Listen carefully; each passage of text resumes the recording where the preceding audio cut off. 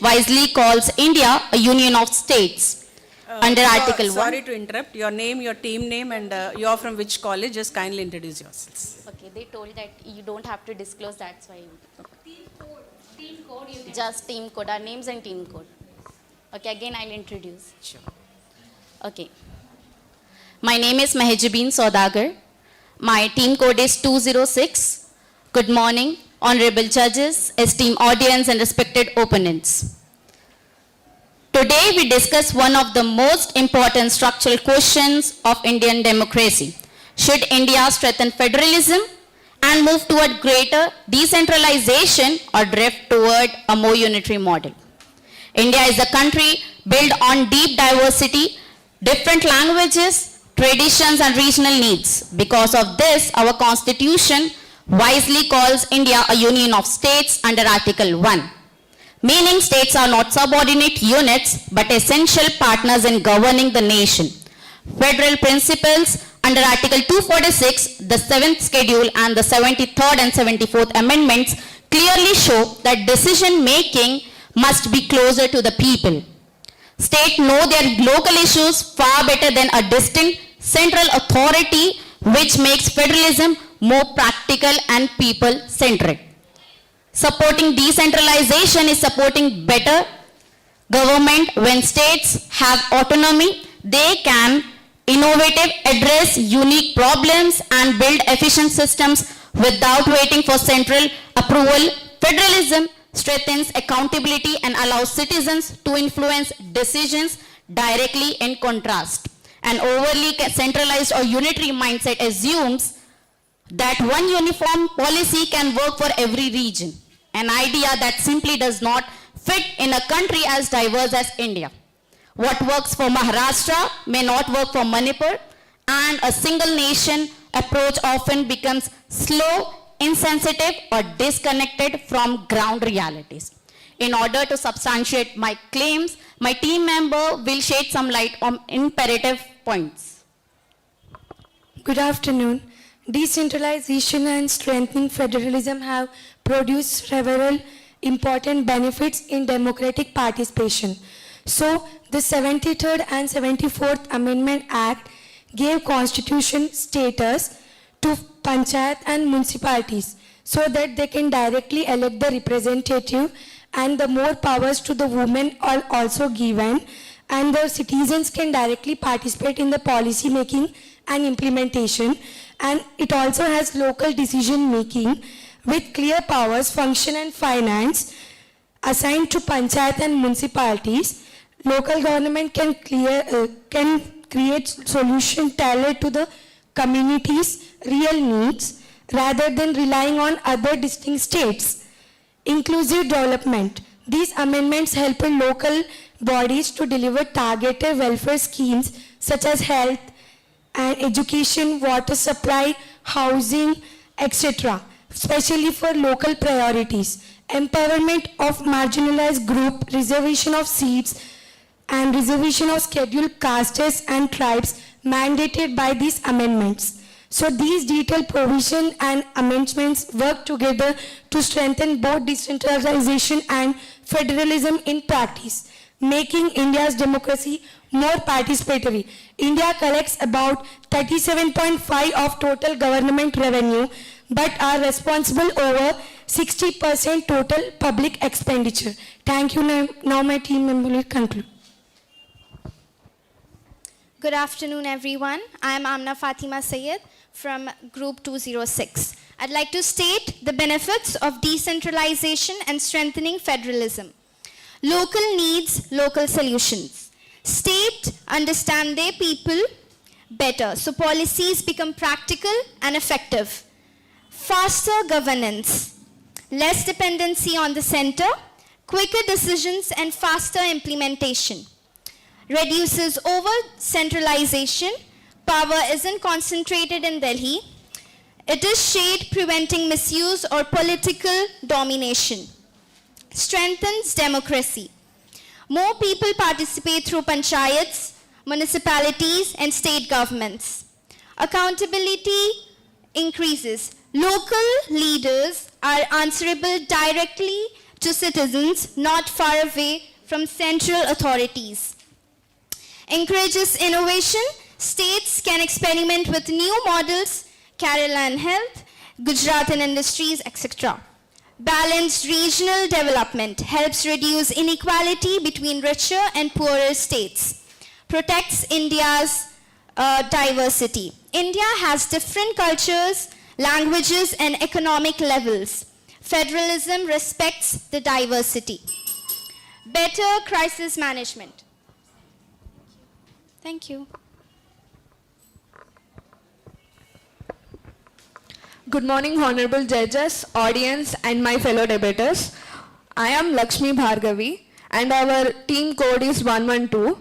We stand here supporting unitary state, a system that places national unity, efficiency, and equality as its course. In world where regional rivalries, administrative delays, and conflicting laws often weaken nations, the unitary model provides a strong center. It ensures uniform development for all its citizens. It eliminates confusion, reduces unnecessary duplication of powers, and Is going to take all the decisions. Innovates. Should I change the question for you? No, or no, you- no, no, that's first one, second answer. Ma'am, regarding Article 356, it mentions about governor's rules of state's emergency. When any state chief minister or the legislative assembly does not perform functions according to the provisions mentioned in the constitution, then president rules will be imposed. It is not misuse. If there is no majority for a ruling party, then president rule will be imposed on the state. And coming to why states are formed. Innovate. What innovates for innovation? What this state innovates? Can you explain the question that you asked us? Yeah, why state innovates, like new experimental things. Like state does... That is a part of infrastructure, right? No, It no, is no, a not part of infrastructure. development. No, like... Yeah. Be clear with your question. Why does the state innovates means it has to develop the infrastructure in order to build a nation that has everything for its people. We have told you the question, you just give the answer, or you just tell us to change the question. I'll repeat the question. How do states innovate if the center controls all decisions? Ma'am, under Niti Aayog, National Institute for Transforming India, every state chief minister is part of that planning body, and there is a cooperative federalism. Union government is not totally controlling it. There is a interstate rivalry. For example, recently we look at the Google's opening of largest data AI center in Andhra Pradesh. It opened its center in Andhra Pradesh, but it resounded across all state borders. Even Tamil Nadu and Karnataka also fought for the same data center, but it chose Andhra Pradesh for its center. We should not see politics here. We need to.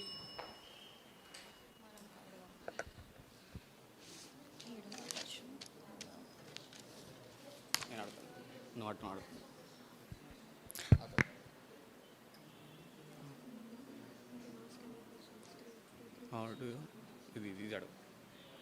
How do you address concerns that excessive autonomy might encourage secessionist or diverse regionalism? It's a threat to national unity. Next. How do you propose to balance state autonomy with the need for national integration?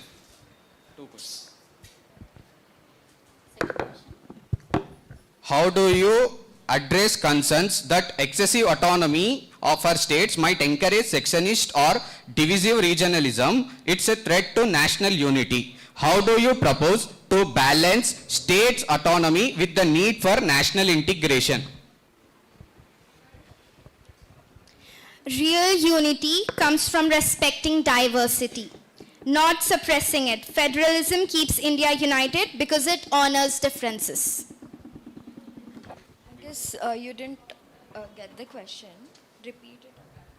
How do you address concerns that excessive autonomy might encourage secessionist or divisive regionalism? It's a threat to national unity. For example, if we look at Karnataka and Tamil Nadu, there is interstate river water dispute and language disputes. So concerning the diversity in India, there are disputes between the states. So how do you address in the federation like India?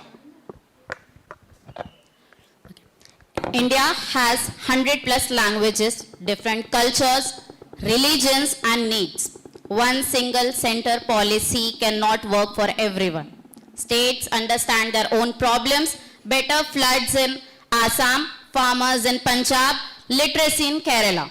If state handle local issues, the center can focus on national issues. Defense, foreign affairs, national economy. Excessive centralization lead to misuse of Article 356 in the past. Strong federalism protects democracy and stop overreach. As you told that union don't control everything. The topic, the debate is all about federalism and unitary. So we are talking about federalism. What is federalism? It looks for each and individual person's.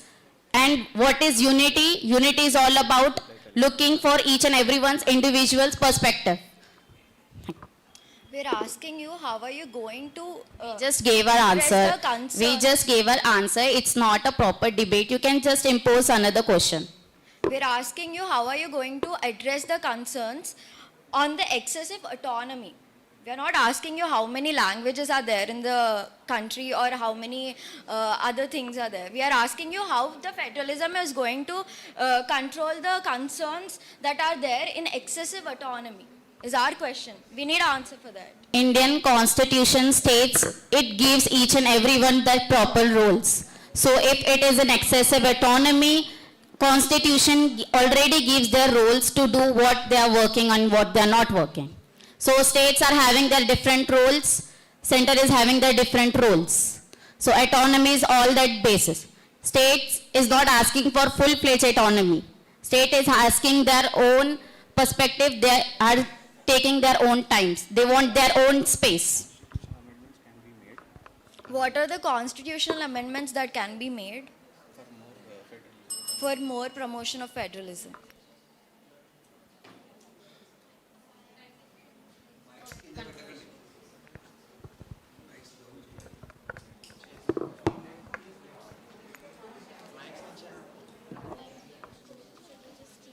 Just like in our hands. You want to proceed with the arguments, rebuttals? No, ma'am, we'll go for the conclusions. You want to go for the conclusions? How about you?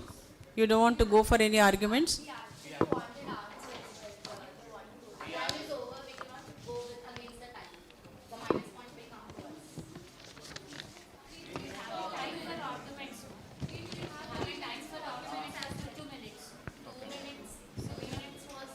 It's over. No, it's over. They don't want to go for arguments. They don't want to go for. Yeah, you conclude it.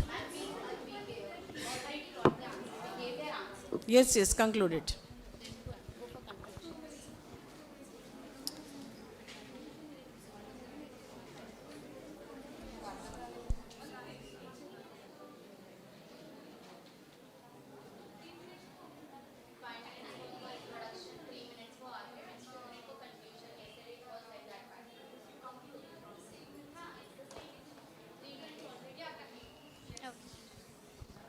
I'd like to conclude by stating decentralization and strong federalism are not just governance models. They are essential foundations of a truly responsive democracy. India is a nation of immense diversity, and no single central authority can fully understand the unique needs of a state, region, or community. By sharing power, we make governance more power-centered, more accountable, and more efficient. Therefore, strengthening federalism is not about weakening the center. It is about empowering the entire nation. When power flows downward, democracy grows upward. Thank you. In conclusion, the unitary state stands out as a model that prioritizes unity over division and efficiency over complexity. By concentrating authority in one central government, it ensures that every citizen, regardless of region, receive equal rights under the law, equal opportunities and equal protection. Most importantly, the unitary system strengthens the national cohesion and prevents regional divisions that can weaken a country. Thank you.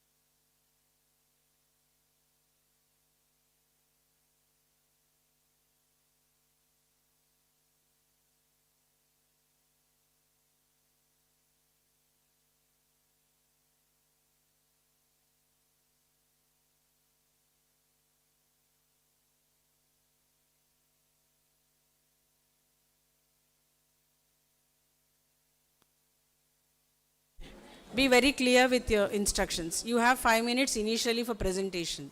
Then you will present, they will present, and next you will have 2 minutes to ask as many questions as you can.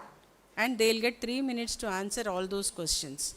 So within those answering itself, you can argue, you can say whatever you want to rebut, everything will be within that 3 minutes. Conclusion, 30 seconds for you, 30 seconds for you, 1 minute for conclusions. So please go ahead, convey it and just introduce your team number and then proceed.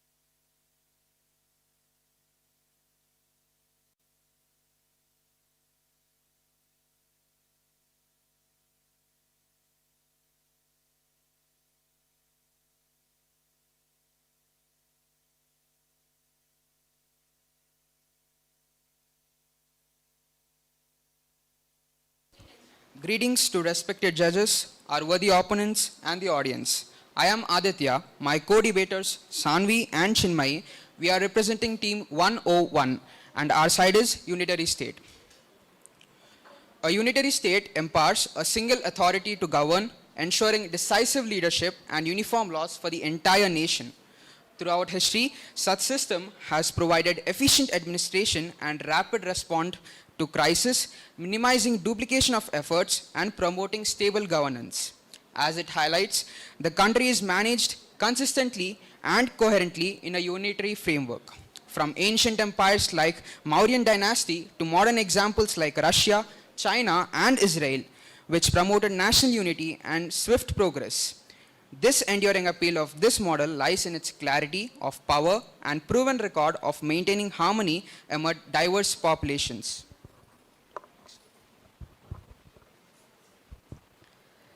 Unitary system is not dictatorship. Unitary system is not monarchy. It's it's not even divide and rule system. It's simply a form of governance which recognizes power in unity. Well, centralization is not weakness, it's a shield. The history has spoken time and again that unitary is good governance. Now, sometimes we need simple decisions to make great impact in the country, which unitary government is a big example of. Let's be absolutely clear of this understanding that despite 77 years of independence with unitary, with the quasi-federal system, we have gained nothing changes in the political system. In the unitary state, all the powers are basically vested in the hands of the central government, but that doesn't mean that the local government doesn't get to exercise its powers. It does. It works as the administrative unit, but the roles and its powers depends upon the country's conditions as well as upon the central government. There are many countries in the current world which has unitary state, such as Britain, France, Japan, Italy, China, and many more.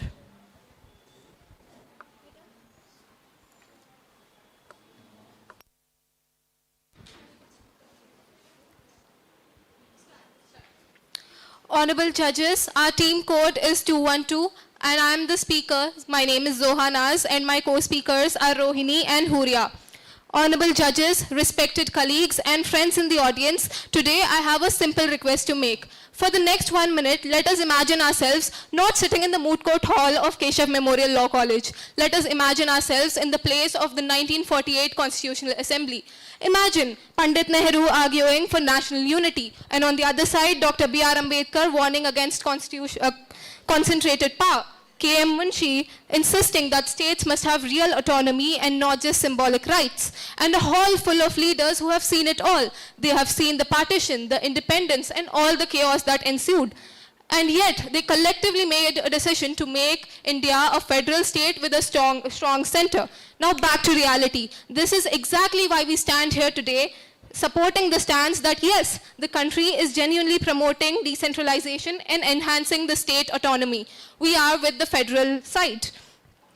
And now this will be systematically argued by my teammates in the next 4 minutes through 3 clear metrics. For the convenience of the judges, we have divided this into legislative, executive and administrative and fiscal parameters. Over to my teammates. Good day, honorable judges and friends. Building upon my teammates' intro, I'll expound upon legislative federalization. First, let's consider strong state list. The Constitution grants state exclusive powers over 61 critical subjects, such as police, public order, health, agriculture, etc. The center cannot legislate over these matters unless there's emergency proclaimed or through a Rajya Sabha resolution. States defeat central overreach. This is not just a theory. We have seen this happen. The landmark repeal of 3 farm laws after massive state-led protest is a powerful testament to the bargaining power of state. It demonstrated that when states unite around a common grievance, they can force a national course correction. Moving on, regional parties. The power of federalism is amplified by the rise of regional parties. The 2024 Lok Sabha election results prove that non-national parties hold a significant number of seats. This coalition era is in fact a federal era. where states have a direct seat at national table and can negotiate for their interests. Now, judiciary, the ultimate guardian of center-state balance. The Supreme Court in historic S.R. Bommai case declared federalism a part of basic structure of the constitution, making it unassailable. In the K.S. Puttaswamy case, the court recognized the principles of cooperative federalism, and in 2023, a 7-judge bench explicitly reaffirmed the union-state legislative balance. Now my teammate Huria will explain further. Thank you. Building upon my friend's point, I'll be explaining the further two topics, that is executive federalism, fiscal federalism. The central government is the driving force of the country, where federalism is the core principle of the constitution, and it is the duty of the central government to implement federalism in the country. India's constitution clearly separates the power between the center and state, guarantees state with 36 exclusively subjects, where additionally regional parties work for the sole reason of the welfare of the state. In 2024 Lok Sabha elections, significant number of seats were held by non-national parties, where it clearly states that where there is correlation between state and center. There is no monopoly of centralization in states. The judiciary plays a very important role in assuring federalism is continued, and precedents are S.R. Bommai case, where the constitution's basic structure guarantees federalism.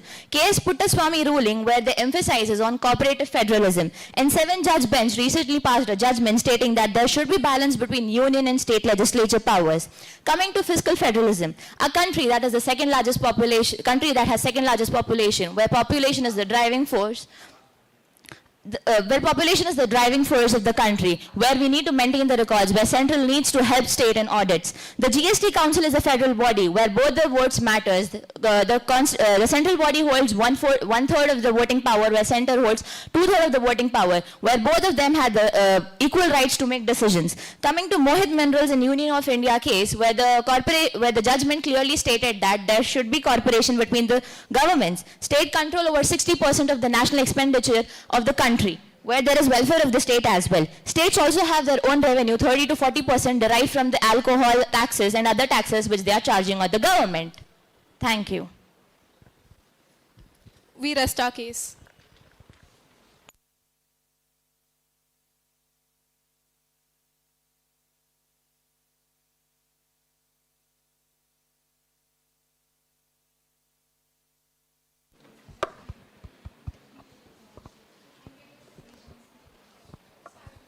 Well, federalism seems very humorous to me because 28 states, 28 different economic policies. Are we running a relay race where nobody knows, which rope do we have to end it with? Where is the destination? Local elite capture. Bihar Panchayat is a big example of it. Local people dominating the people. Why decentralization was created? To enhance the local government. Well, Bihar Panchayats proved it to be wrong. In the past, of course. Business administration, education, tariffs, tax laws, and whatnot. Environmental protection. Where do these policies go? 28 different states, 28 different economic policies, 28 different environmental policies, taxation policies, GSTs, and it goes on. Like recent education especially. The recent very case of the Al-Falah University, where the entire state not having the control of education. You don't know at which point of time what is happening in the country. The immigrants issue. Every border state in India is dealing with that in the present. Now again, regionalism is the biggest problem. Tamil Nadu's Dravidianist movements, Punjab's Khalistani movements. Where do these issues go? When we are decentralizing power, it should enhance the local governance. Well, in the past, India's 77-year journey, there were more disadvantages than advantages. So when you examine it, the argument clearly collapses. Adding on to that, taking an example of the US, the world's largest federal government. US federal government shutdown. US federal government shutdown is the failure of Congress to pass bills to fund government with this effect, US has topped the highest national debt by total amount of $32.9 trillion. So, isn't there danger that decision making becomes inefficient when the central government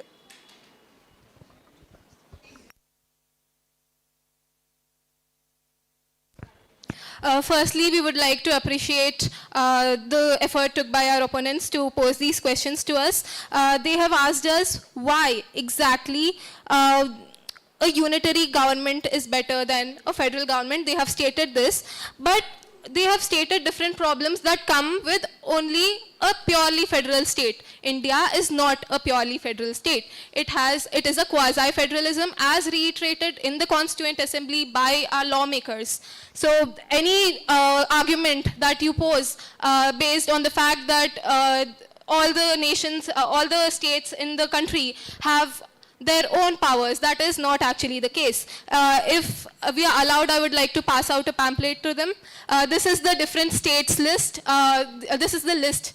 We have different lists for state, union, and concurrent list. So when they argued that all the states in the country will have only different foreign policies, let's say, for the migration issue, but that exactly comes into the union list. State cannot do that. And that is the thought process that took for our Constituent Assembly to frame India in such a complex way. They made an argument in the very first beginning of their speech that 28 states have 28 different cultures, and that is exactly why we need a federation and not a unitary government. They actually support our point that we need unity in diversity, and that is exactly brought forward by the quasi-federal nature of our Indian state. How much time do I have left? Okay. And they also gave an example of the United States that is not compatible to India, firstly. And the reason why it is not compatible is that United States is a pure federation. They are a federation of states and not a union of states. India is a union, not a federation. There is a clear demarcation between a union and federation. When they spoke about local governments, they have not spoken quite a lot about local governments, but I would like to do so. When we think about how local governments, how state governments will be controlled by the union altogether, we cannot forget the advantages of local self-governments, of the Panchayati Raj, of the municipalities.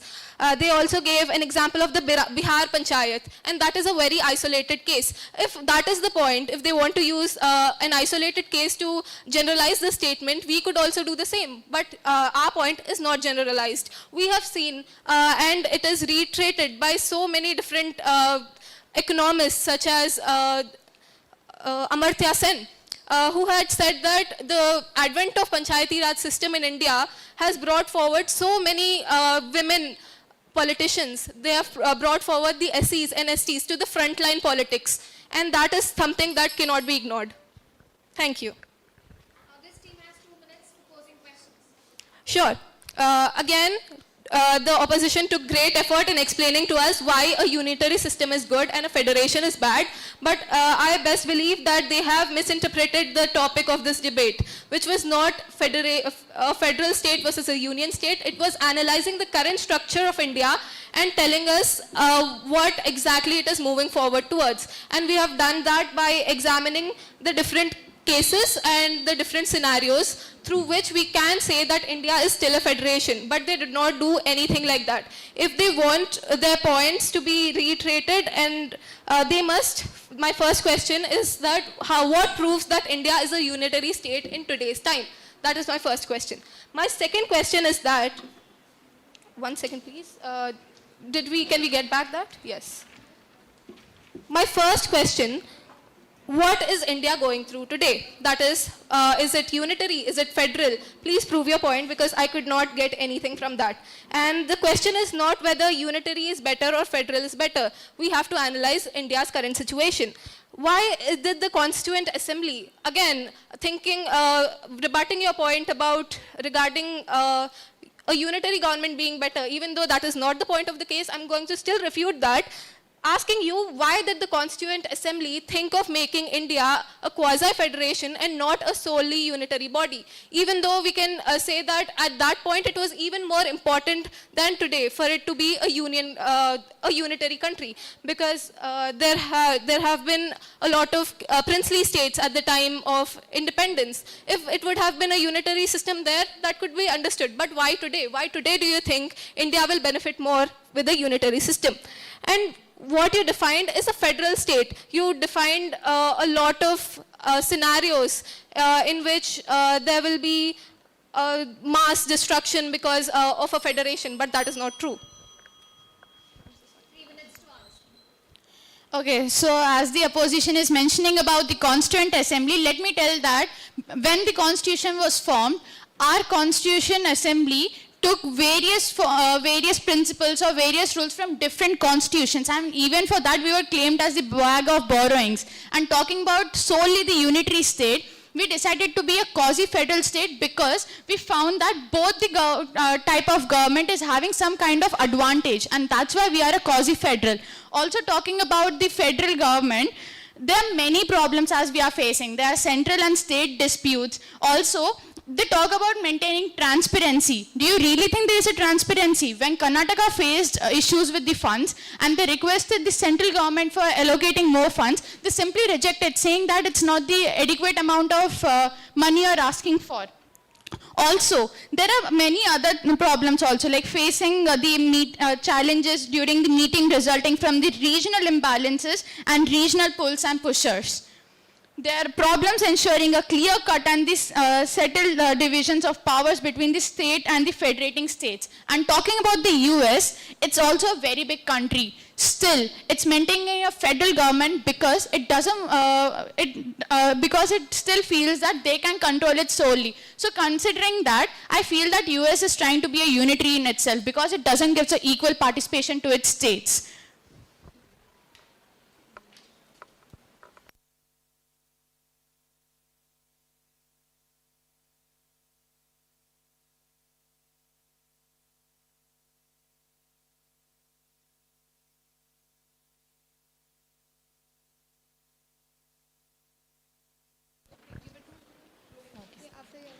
As one of my opponents brought the issue of Bihar, let's take the issue of governors sitting on the bills, giving not assent to the state bills, which is stopping the welfare of the state. How will you justify that answer? How will you justify that question?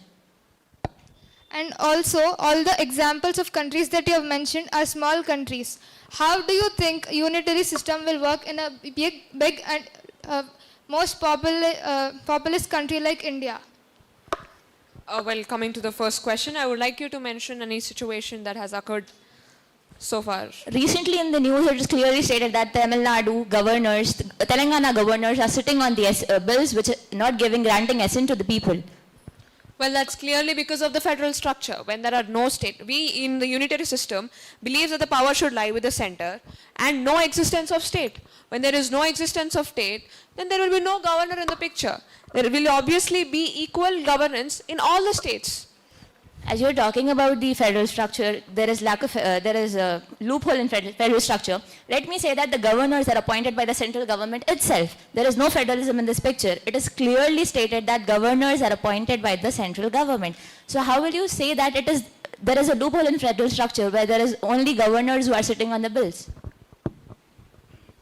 Well, you're talking about the Bihar thing. So Nitish Kumar, who was the CM of Bihar, he was selected even without any propagandas, and that was done by the Vidhan Parishad. Only 6 states in our country has Vidhan Parishad. So because of this division of states, you are taking in consideration all the irrelevant governors or the irrelevant CMs who are uneducated. There are many other people who are educated, but still they are not getting the chance because of this federal structure.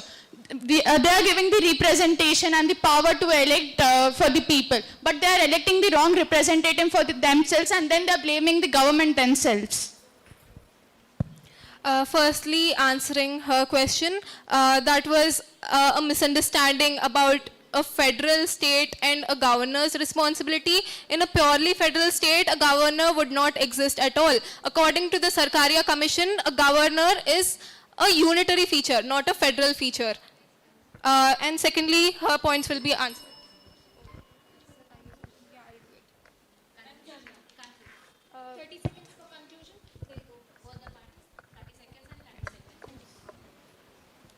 Well, I would like to conclude that unitary system is good governance. As I would like to quote a small sentence which is said by the first emperor of China, that the strength of a state lies in uniformity, who apparently was the fight of an emperor. Sorry for that. The strength of a state lies in uniformity. A kingdom collapses without uniformity, of course. So we need a governance where we don't distract, where we focus on the important issues rather than wasting money on different schemes. Seconds. To bring, sorry, is the timer set?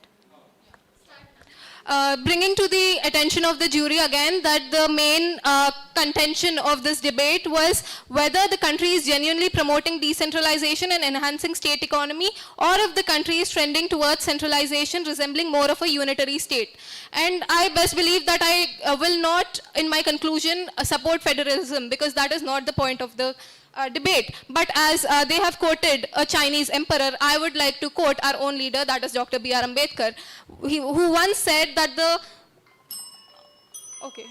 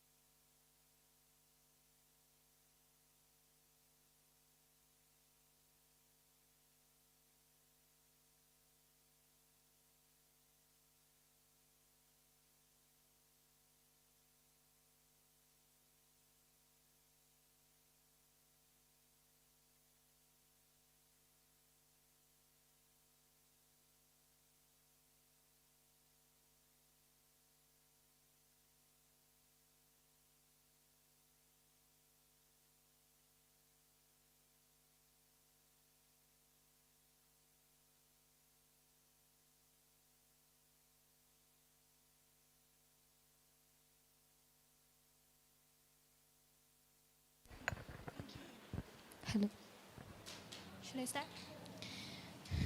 Good afternoon to the judges and my fellow debaters. I, Shruti, bearing team number 207. We are here to present the topic Decentralization Strengthening the Federalism.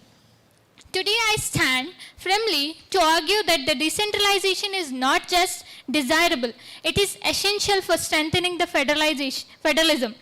Decentralization refers to transfer of power, responsibilities, resources from the central authority to the lower level of government, state, regional or local.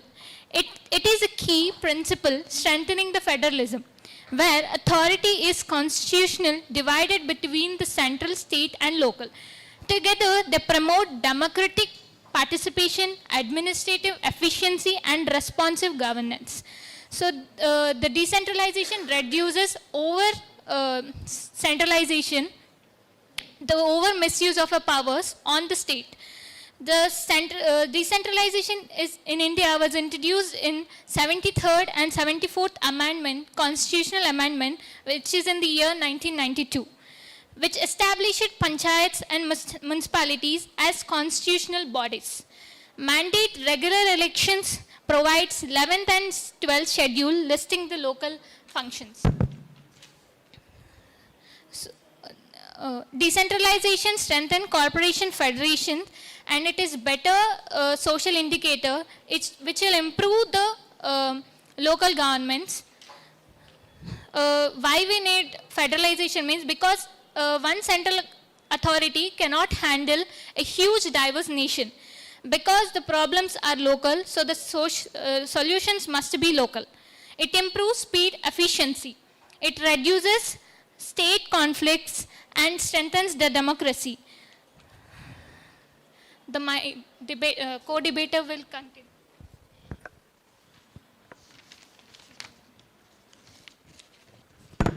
As there are many differences between unitary and federal, according to power structures, in unitary government, one central government will there. That local bodies exist, but no constitutional autonomy. But in federal, central, state, local government, state have constitutional powers that center can't take away. According to constitution, no division of powers, and in unitary, and it is flexible. From federal, division of powers written, and it is rigid. Policy making, same laws apply across the entire nation. Policies fit local needs and diversities. And in case law, S.R. Bommai versus Union of India, 1994, landmark case affirming that federalism is part of basic structure of the constitution. The Supreme Court restricted the misuse of Article 356 and protected state autonomy. If we want to say that the centers cannot dismiss state government arbitrarily and strengthens federal balances. Now my co-debater will continue. I conclude with a couple of points that if there wouldn't have been decentralization, who would have actually witnessed the American Civil War? If not, if there is no decentralization and monarchical form, dictatorship continues or unitary government continues. Most of the times we have seen in the past that the mother of all revolutions that happened because of the centralization of the power. And then it followed by the American Revolution. If decentralization is there, we will no more witness any of these things. And the economy of a country will not be disturbed. And at the same time, the person's life, or human life, will be humanly. It will not be insane. Thank you.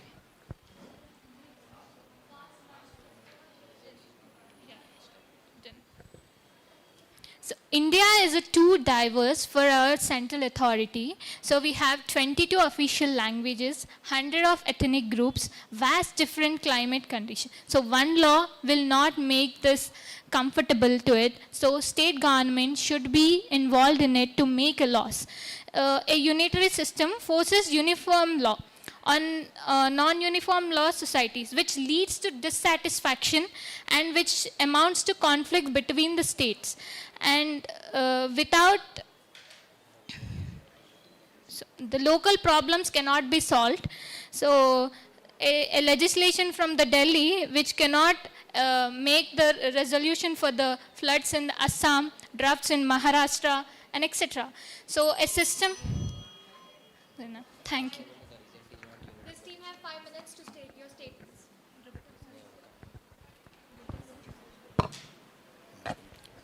Good morning, respected jury and my co-debaters.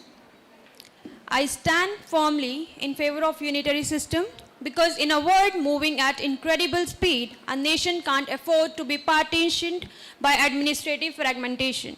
It needs clarity, central direction, and coordinated power, and all those inherent in the operational essence of unitary system. Team Code 108. History shows repeatedly that nations with strong central authority are better equipped to withstand external aggression, manage internal disruptions, and implement visionary long-term reforms. Furthermore, the unitary system of a state eliminates policy clashes, ensures fiscal discipline, creates national coherence, and fosters a deep sense of unity that decentralization often weakens. It brings all regions under a coordinated framework, prevents inequalities from widening, and ensuring that development, security, and justice are reaching every corner of the country. First of all, unitary system stands out loud and sui generis because it is believed that a single unitary central system streamlines decision making, allows for a quicker and more cohesive responses to crises happening, and national issues without the complexities of negotiation between multiple governmental layers. And also, operating fewer levels of government can also be less expensive and less prone to overlapping roles and corruptions when compared to multi-layered governments. Moreover, a unitary system promotes a uniform set of laws and policies across the entire country, which can help forge a strong shared national identity and minimize regional disputes and secessionist movements. In fact, the chain of command and responsibility is clear and straightforward in the unitary system, as all the powers are vested in the central authority. With power concentrated in one place, it is easier to assign responsibility for the government actions, and the central government can respond quickly to crisis and implement nationwide policies without needing the consensus from multiple levels of government. Best of all, it is uniform development feature wherein a strong central government can ensure more equitable distribution of resources and standardized development across the regions, preventing the significant disparities sometimes seen between the wealthier and poorer states in a fragmentation. I give the mic to the co-host. Federal system often creates uneven development between wealthy state advance faster while poor state lag. A union system allows the central government to strategically direct resources to backward areas, ensuring balanced and equitable development across the entire nation. Since there is no competition between states for central grants, development becomes a national, not regional priority. A nation divided in authority is a nation divided in destiny. A union state gives one voice to a billion dreams. Strength is not in scattered hands, but in a single, steady grip that guides the entire nation forward. A nation moves forward when it comes together. A union state ensures that every citizen from every corner walks in under one constitutional vision, not fragmented by regional ego or administrative conflict. The challenges of a modern world demand speed, uniformity, national discipline, and centralized decision making. A union state gives us political stability, unified law, national security, and cohesive growth. When the nation speaks in one voice, the world listens. Next, each team has 2 minutes to pose questions. This team will go first. As it was mentioned earlier that You strongly support federalism, and you also mentioned that it will be less expensive and it will be affordable to the people. So do you think United States of America, which is a federal state, is less expensive? That's my first question. And the second question, as you said that if the union is not scattered and powers stand strongly with the people who are united with the states. So as being India, who actually follows certain footsteps.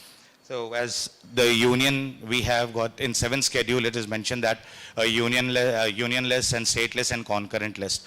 So do you think we are scattered about it?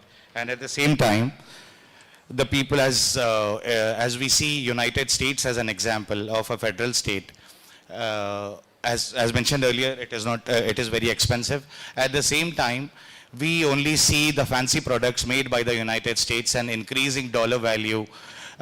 It does not make a developed nation. However, it will be scattered in some time. There are a lot of possibilities of civil wars as federalism and capitalism.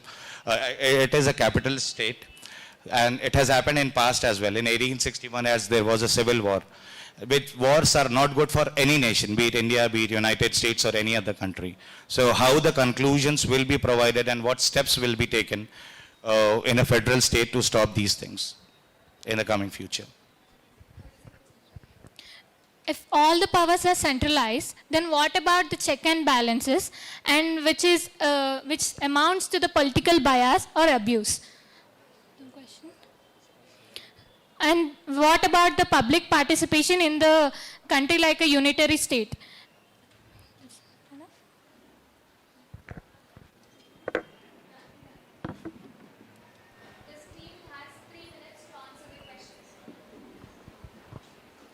To answer the question about checks and balances, we have the opposition party for that. If you're doing something wrong, the public in large will know what is right and what is wrong. Okay, so next time they will not elect us for that. And when we are talking about less expensive, which is more expensive, conducting elections twice or conducting it once? And again, it is easier for it is faster when they have to pass decisions, it is faster. And we are talking about there will be people, okay, like the local people who will hear whatever concerns the people have, and the union government is going to listen to them and solve their issues. And talking about the war situation and everything, we still, even if we are a federal country, India federal country, we still face war every day. So doesn't matter it is inside or outside, wars are there because of how people's mentality is, not because of the government. And I would like to state one case. In the year 1962, Sino-Indian War, national security required unitary command. During 1962 war with China, India's survival depended entirely on a centralized unified command structure. If defense had been left to states' responses, world would have been fragmented. The Union government's ability to mobilize armies, relocate finances, secure foreign alliances and coordinate intelligence from one headquarters was possible only because India's constitution gives the center exclusive control over defense, foreign affairs and war strategy. The lesson that we have to learn is that only a unitary style command can protect a large nation under external threat. And another case, 1971 war, Indo-Pakistan war. Centralized decisions saved the country. The liberation of Bangladesh required rapid diplomatic, military and humanitarian decisions. Millions of refugees poured into India through eastern states. If each state handled the crisis independently, chaos would have erupted. The center coordinated border security, army mobilization, foreign alliances with USSR, refugee camps, funding logistics. All of these succeeded because India has a strong union over overriding authority. Strong states do not guarantee a strong country, but a strong center guarantees national strength. History shows it clearly. Fragmented power centers always collapse. Unified power centers always survive. Federalism leans to blame shifting. States blame the center. citizens remain confused and suffer from an administrative paralysis. Decentralization multiplies corruption points.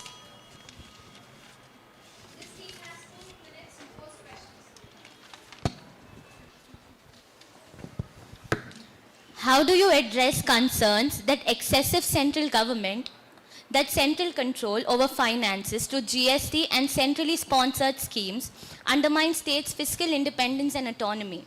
Can central imposition of President's rule under Article 356 be justified without risking misuse against democratically elected state governments, thereby weakening federalism?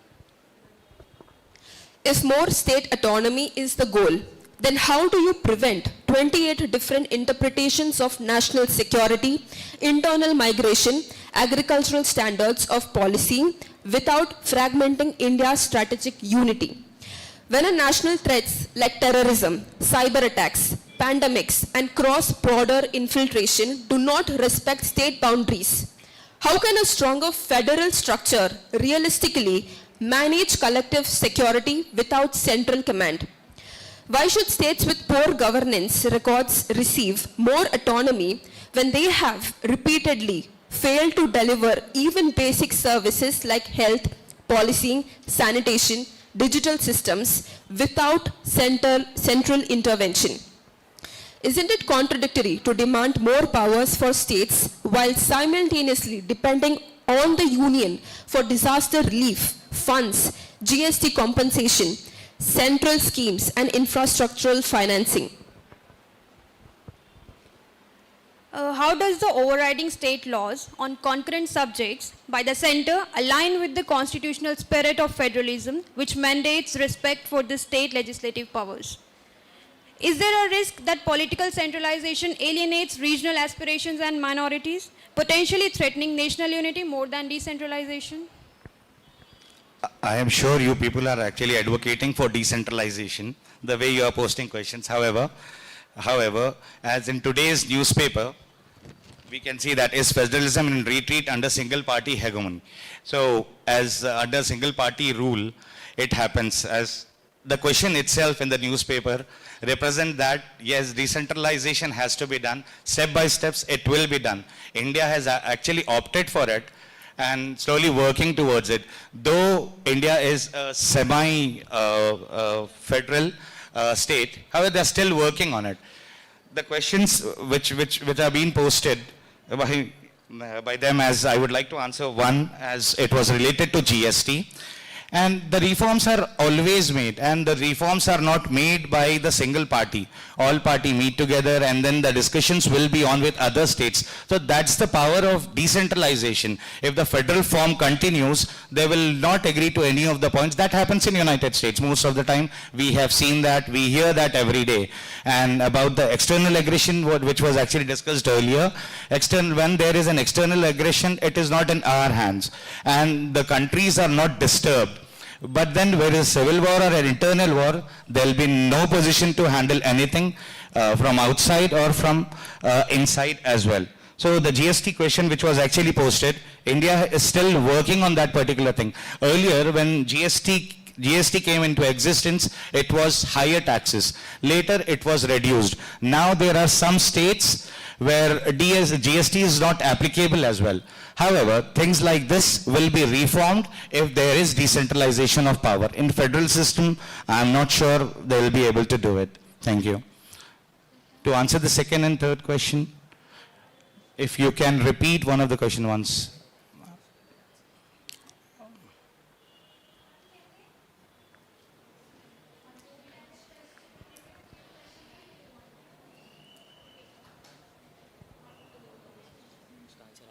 Can you specify which question do you need? Anything, anyone.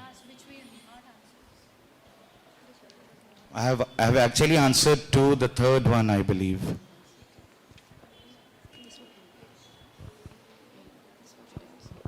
Why should states with poor governance records receive more autonomy when they have repeatedly failed to deliver even basic services like health, policing, sanitation, digital systems without central intervention? as I mentioned earlier, you people are advocating for decentralization only, as they will not be able to survive things. And if you can be more specific about the question, what you would like to ask, how will they survive is what you are asking. Which states you are asking about? The inner states of India you're talking about, particularly with India? This basically the question is that we have different governments in different states. Yes. If they are not able to provide basic needs like health, sanitation and all of these things, infrastructure and everything to the public in general, then again union government will do the work, right? Indeed they will. As I mentioned earlier, that is 7th schedule speaks about the same thing, that is the union list, state list and concurrent list. Anyways, if the decentralization of the power is there, this can be done. Not in federal form of government. I am sure this will not be able to. They will not be able to provide support single-handedly to all the states. If we take an example of United States, the 51st state of United States, Alaska, they have actually developed it a lot because they have purchased it from Russia. And if we take an example of Detroit, they are not able to provide any of the supports from center. So that's the power of decentralization. That is when state will develop.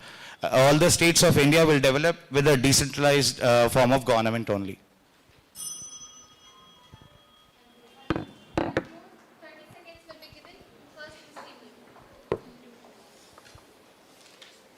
To come to the conclusion, as we all know about the Indian philosopher Chanakya. In 4th century, he actually advocated for something which is of a decentralization of the power. That is, he worked towards his teachings in Arthashastra, which has emphasized strongly on authority, which can actually give help or provide support to the other kingdoms in India.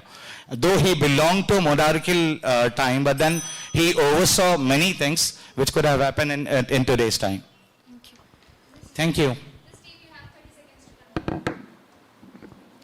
There's a saying which goes, if we are to be a great nation, we must be a united nation, where every citizen, whether from north or south, east or west, feels they are governed under one law, one standard and one flag. That's exactly how unitary system ensures that the citizens across the nation share same rights, same laws and same opportunities, forging a strong national identity and preventing regional fragmentation.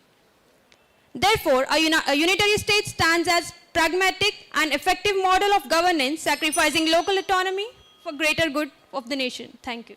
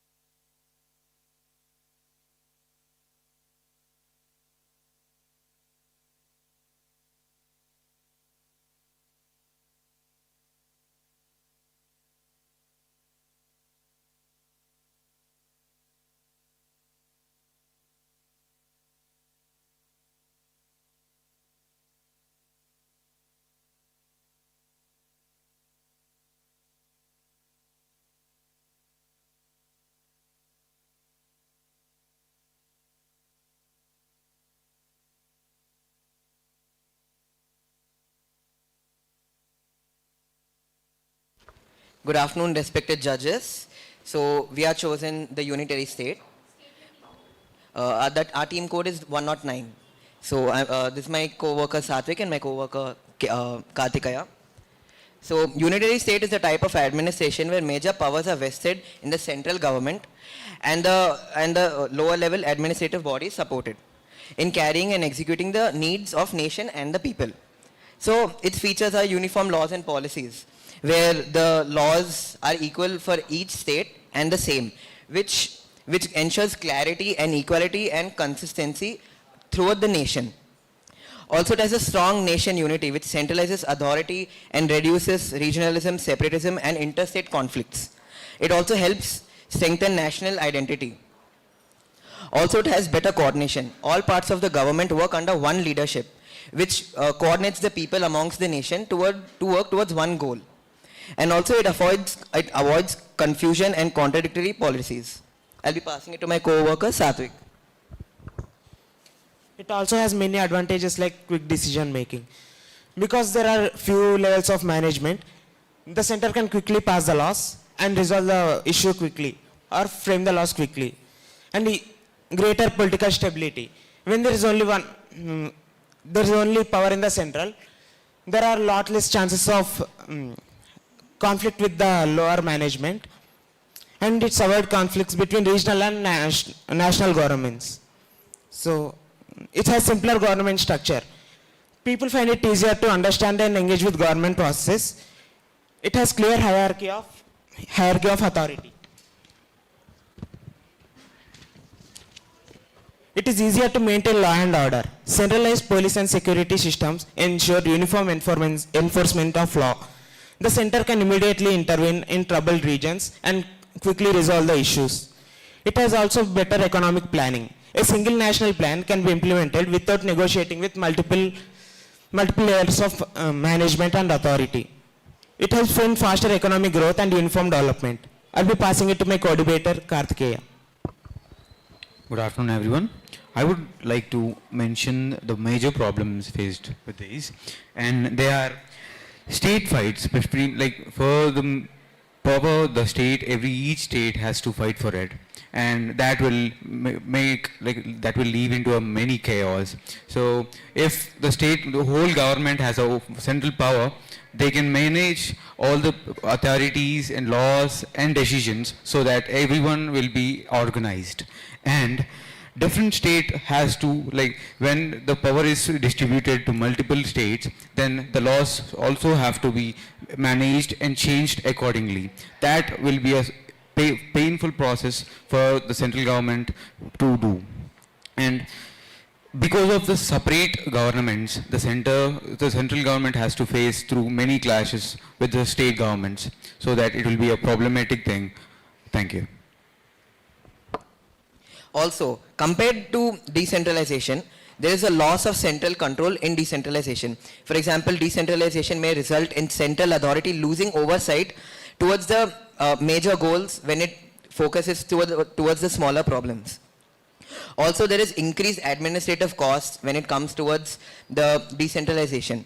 Like, decentralization often requires more skilled personnel and can duplicate functions. Whereas in centralization, there is cost effective along with more efficiency.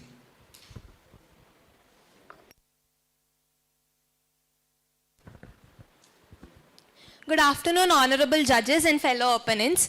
Today we stand firmly for the motion that India's federal structure is functioning efficiently to enhance state autonomy. The fact is, ma'am, our code is 213. The fact is, India doesn't function because one authority controls everything. India functions because 28 states have the freedom to do things their way, and that freedom is real. Federalism allows both for national unity and regional diversity by enabling the central government to address common national interests and the regional governments to address policies and tailor them according to the specific needs of the state, which is a crucial need for a diverse country like India, not theoretically but practically. This is implemented every single day. India is a federal system with a strong center, but not a centralized one. In the constitution, the state list provides that police, health, agriculture and public order are fully state controlled. Articles 245 to 255 empower states to independently make laws for their own states. The constitution, regarded as the soul of India's governance, itself provides for federalism within its provisions. Looking into landmark cases like Keshav Nanda Bharati, S.R. Bommai and NCT Delhi versus Union of India, we see that the Supreme Court multiple times has reinstated that federalism is a part of the basic structure of the Indian Constitution, meaning it is a fundamental principle of how India is run. In India, if India were too centralized, states could not create distinct systems.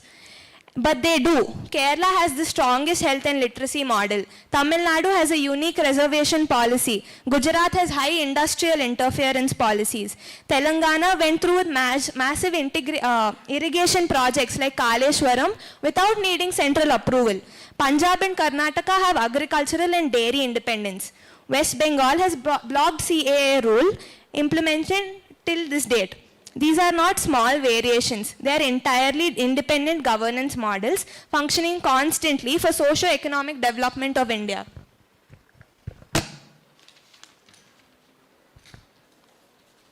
First of all, the main essence of this topic of discourse is whether quasi-federal structure of India is a boon or bane for the country, and whether India is retaining the fundamentals of federalism or is it adopting the unitary approach. And when we speak about that, coming to the controversial topics that have been escalated in the recent times, you have the controversial topic of GST.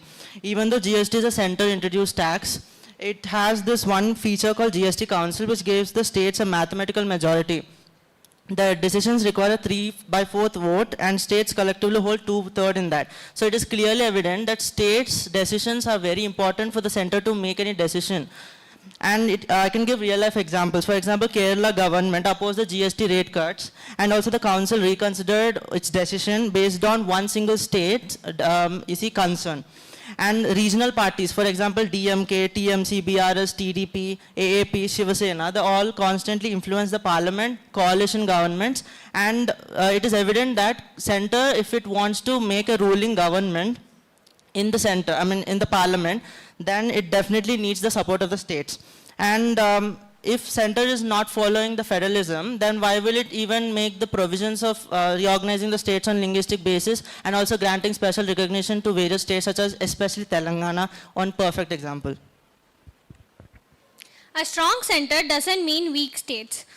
Center might control defense, finance and land, but future economy depends on renewable energy, semiconductor hub, pharma clusters and space startups. All these are controlled by states like Punjab, Telangana, etc. None of these reduces the state's autonomy. Kerala's states becoming political laboratories. Kerala's Kudumbashree, Tamil Nadu's midday meal and Karnataka's Indira canteen became the national schemes. One of the strongest indicators about India's federal structure is state openly defies the center. They do it with no fear, because this is a kind of power and accountability that federalism ensures. If India were truly centralized, then Tamil Nadu couldn't resist NEET, and West Bengal couldn't be able to block CAA rules. Kerala couldn't challenge the central laws in Supreme Court. The states couldn't sue the center under Article 131. Yet all this happened, and India's official federal became more state-oriented. That is, states now do 70% of the public schemes. Each team has 2 minutes to pose questions. This team will go first. My question is, how do we maintain uniform standards if everyone makes their own rules? And the second question is, can fragmented power protect national unity? Can you repeat that again? Yeah, my second question was, can fragmented power protect national unity? Pause on to my...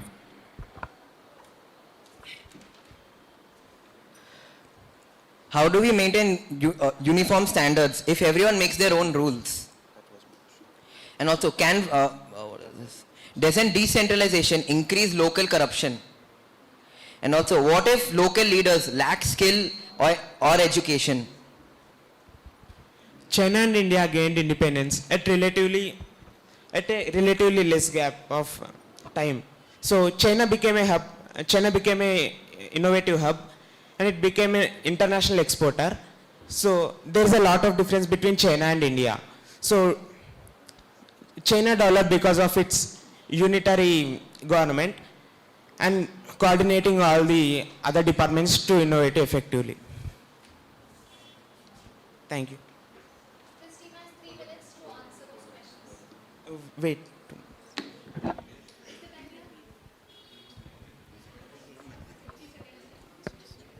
So your questions are regarding the integrity of the nation if there's a decentralization. Especially, you see, it is from the grassroots level that we need democracy arises, and it is from the grassroots level, if the support or the base is good, then the entire structure would be better. And for that, of course, in a country where you're having diverse cultures, where there's diversity in each and every corner of the country, it is very important that decentralization is very important. It should be adopted in countries such as India. And also it, you see, degrades our own potential if you're comparing with the other countries like China, because China has its own history and India has its own history.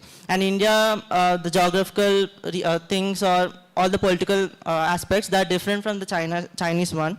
So coming to the state list and the union list, you have separate things, and federalism is something that ensures that when it ensures that the states also get the chance to make provisions in the according to the subjects which they're having under the state list and also the union list. Coming to fragmentation power and protect nation's interests, it gives fragmentation of powers gives state freedom to innovate and disagree and defy and to decide what to do in their own state, because India is a diverse country and it has different kinds of languages, different kinds of cultures, etc. So having separate power for every state is really important, because not centralizing everything can lead to disruption in the India. And there's a reason that our constitution has put in provisions that ensure that states have separate power. It's because they realize the fact that one central government can't understand the needs of 1.4 billion people in 28 states, right? So there's central list and there's state list. And that power is divided and it's separated, and it is given to both center and state, ensuring that they can optimally work towards the development of the country.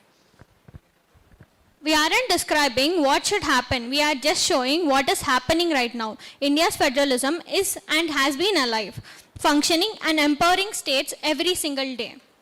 This is the reason that India is still together, still as a country, as 28 people with diverse cultures and languages.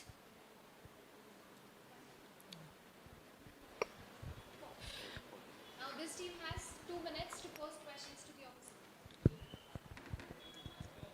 First of all, I'd like to point out the fact that the opposition has stated why a unitary form of government is good, but they never gave any examples in India which showed that a unitary form of government is operating. Moreover, states fighting for their power was stated by the opponents to be hectic or wrong.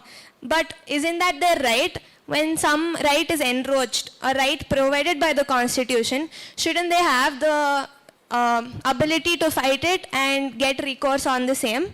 Moreover, a system where the center and state litigates as equals before the Supreme Court is not a unitary form of system. It is a federal one. And the 7th schedule provides division of powers into union, state and concurrent lists. And if India were unitary, there would be no state lists. And India is a union by design, but a federation by structure, which rejects the succession, but it does not erase federalism itself. And moreover, as my teammates have stated, there has been a reorganization of states made by the Indian government in the early times after independence has been secured. And that itself shows that India from the beginning, even after the constitution has been enforced, has always had the intention to put in a federalistic form of state into their ideals. This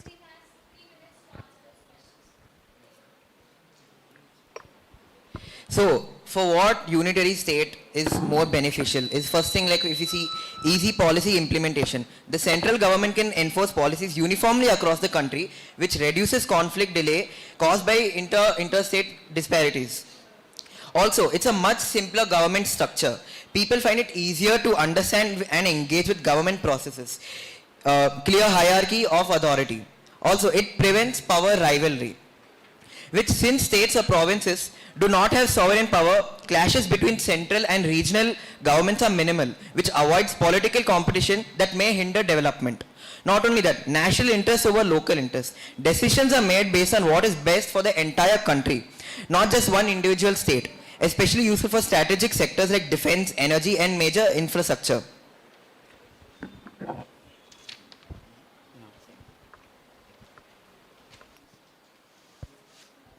And we asked question. And the question was, if India is moving towards unitary form of government and not if unitary form of government is good or bad. And we do not get any particular questions from that aspect. Could you rephrase the question once again? The question was, if India is moving towards unitary form of government, leaving federation. The topic is that, and we didn't find any questions relating to that. You were just telling unitary form of government is good. Yeah, because we believe that the whole point of the debate was to understand whether India is going towards federalism or towards unitary, because it's a quasi-federal state as stated by the constitution, right? So we didn't find any facts that you provided showing that it is going towards unitary. You keep talking about how unitary form of government is good, but is it being implemented is our question. Yes, it is being implemented. If we see the statistics from latest news articles like Times of India or Economic Times, all of those clearly states that almost 57 to 59% people support unitary states more than decentralization. Also, it helps much more because there is a quick decision making when we compare with decentralization. And as the country is moving more into development, we need stronger decision making things instead of lengthening the time more for introducing new policies or for going the country forward. So you say by this that the press freedom in India and the freedom in India, global freedom and internet freedom would increase by unitary form of government, and 59% of Indian population is wanting unitary form of government. If that's the case, the press freedom of India should be more higher than 161 out of 180. Our press freedom is 161 out of 180. And you say that the majority is supporting unitary, that is why it is like this? Well, yeah, there is greater political stability towards unitary state itself, and there's so many facts which prove that as well.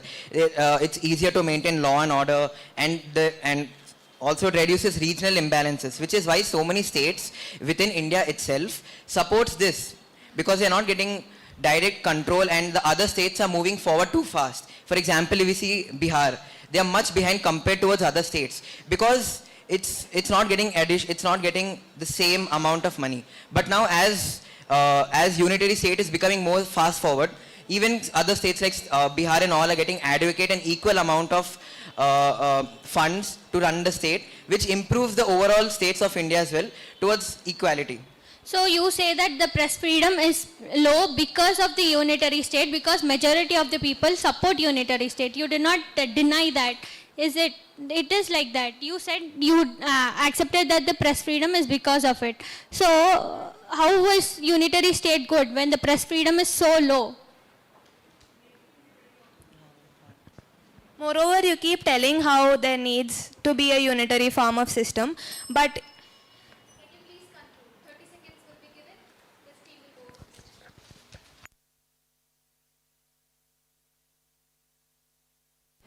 As a conclusion, in India where there are many cultures and practices, it is important to maintain unity. There should be a central power to hold everything together, which can be achieved by a powerful central government.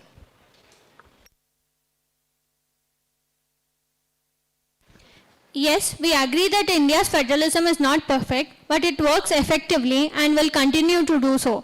If it gives states the freedom to innovate, to disagree, to defy, and to decide. A country this diverse cannot survive with centralization, and it hasn't need to do that. Because our federal structure actively protects and enhances state autonomy, ensuring that India doesn't tilt towards centralized system of government. We aren't describing what should happen, we are just telling what's happening now. And federalism is not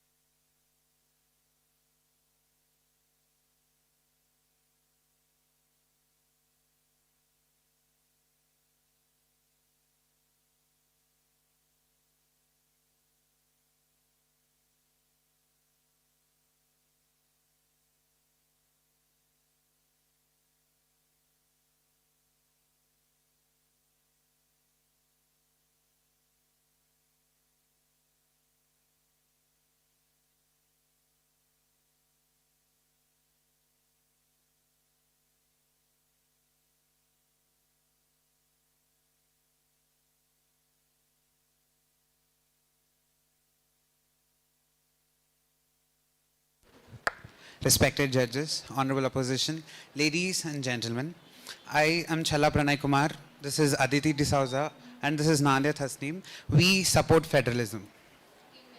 Team code 113. Let us have a basic idea about what federalism actually is. Federalism is nothing but there will be state governments and central governments respectively, and they have their prevailing autonomy in their respective spheres. The Constitution itself deliberately states in Article 1 of the Constitution that India, that is Bharat, is a union of states, and every state, that is a regional unit, is a significant constitutional unit. Our federal structure is constitutionally entrenched. Article 246 divides the powers between union list, state list and concurrent list, giving the respective state governments and the central governments their respective powers. And also Article 258 also deals with cooperative administration. That means state governments and national government, that is the union government, can cooperate between them for good policies and administration. And most importantly, the 73rd and the 74th constitutional amendment has significance on federalism reaching the grassroots of our India. Because India is a vast, most populated, most diverse country, and we need federalism at the grassroots levels. So 73rd and 74th amendment constituted for panchayats and municipalities so that justice is served in the grassroots levels also. So the main thing of this debate takes us to one central point. Why do we need federalism in India? India is not just a country. India is the heartbeat of 1.4 billion people. There are many diversities, many religions, many regions, many segments, and one uniform policy for India won't actually do the deed. We have different diversities and local customs, and local problems need local governance. My co-speaker would like to continue. Today, I speak about a danger that threatens the very structure of our nation, the quiet but deeply damaging risks of over-centralization. Because when power moves too far from people, the people begin to move away from the nation. Firstly, over-centralization leads to alienation. India is not a single culture or a single experience. It is dozens of languages, hundreds of identities, and thousands of lived realities. When a decision about a tribal community in Jharkhand or a fishing village in Kerala is made by someone who has never walked their land or has never spoken their language, it creates distance. Distance becomes distrust. A nation cannot function when its own people feels unheard. Secondly, centralization leads to inefficiencies. Local problems require local solution, not national templates. Problems like agriculture in Punjab, desert water management in Rajasthan, flood control in Assam, and tribal land rights in Northeast. How can one central office understand all these complexities at once? One-size-fits-all policies may look neat and clean on paper, but in reality, on the ground, they collapses.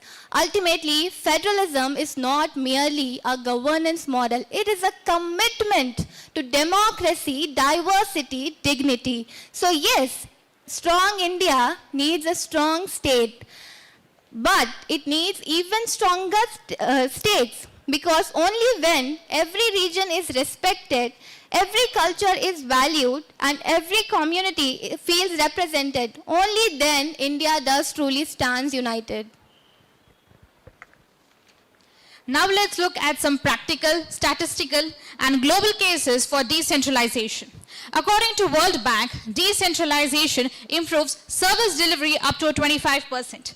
According to ADB, it reduces poverty up to 10 to 20%. And according to RBI 2020, it says when states are given more autonomy, it will result in a higher economic growth. From Kerala's health system to Tamil Nadu's education and Himachal Pradesh governance, federalism has it all, leading to more effective governance and addressing local issues. And this is not just the case in India. The world bears a testimony of it. From Australia's local councils satisfying 90% of their citizens to Canada's provincial autonomy. And last but not the least, Germany's lander system leading to increased economic growth and decreased unemployment.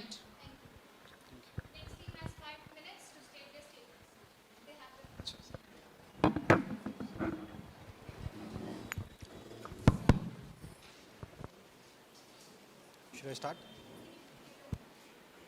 Can I start? Good afternoon, respected jury and my co-participants. I would talk in favor of unitary state. One of the key points that we've been 105. Yeah. So I'd just like to clear some misconception that we are a fully federal country. We are actually not a fully federal country. India is semi-federal and semi-quasi. Basically, it's a quasi-federal country. That's what we are. So we don't fully follow federal structure like one of our participants said.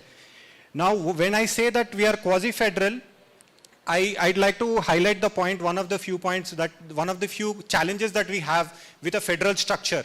Federal structure is very expensive to maintain, especially in an emerging economy like India, with a huge fiscal deficit. Madam, just think about it that we are spending crores of money for having elections on a daily basis, on a monthly basis. Sometimes it's for the state, sometimes it's for the legislative counseling, sometimes it's for the municipality. This money can be saved once we have a unitary state, and this money can be used to cover our fiscal deficit. It can also be used in the form of welfare schemes that we already have. Once we have more funds, once the central government has more funds within them, they will be, in a better position to handle the economic crisis. Federalism is only creating more clashes. When we have a federal structure, it is only creating more conflicts, more clashes. Because the state government of Bengal does not get along with the right-wing government. Sometimes they have clashes, sometimes they have ideological clashes, sometimes they have personal clashes. And at the end, what is happening is that the common man is getting affected. The constitution in itself is designed not only for the central government and the state government, it's designed for the very common man of India whom we are here to represent, madam. And this particular problem that federalism has covering, I would suggest that the unitary has much superior ways where it reduces the hierarchy. Once we have shorter hierarchy, what will happen is the decision-making process will be faster. Once the decision-making process is faster, the welfare will reach to the common man, madam. We are not talking about welfare only about the state government and the central government. These welfare policies, once they are reached, we would come up in India being a $3.4 trillion economy. Our per capita income is still amongst the lowest in the world. And federal structure is one of the reasons for that. Reasons because they spend a lot of money on the election. Reason number 2 is that there is no ideological matches. The state government says something else, the central government says something else. They go to the parliament and they have an open fight. As we are all aware, to pass one bill, we are all aware how difficult it is. So once we get rid of a federal structure, unitary structure offers much benefits in compared to the federal structure. And we are also aware of the corruption that is happening at multiple layers. Once we have multiple hierarchies, there are multiple scopes of having corruption. Once we have a unitary state, the power will be with the center. They would be, and one last point, madam, before I can say. When we say that unitary, it does not mean that all the power will come to the center. Federal talks about distribution of power. The unitary states, what does it talk? It talks about delegation of power.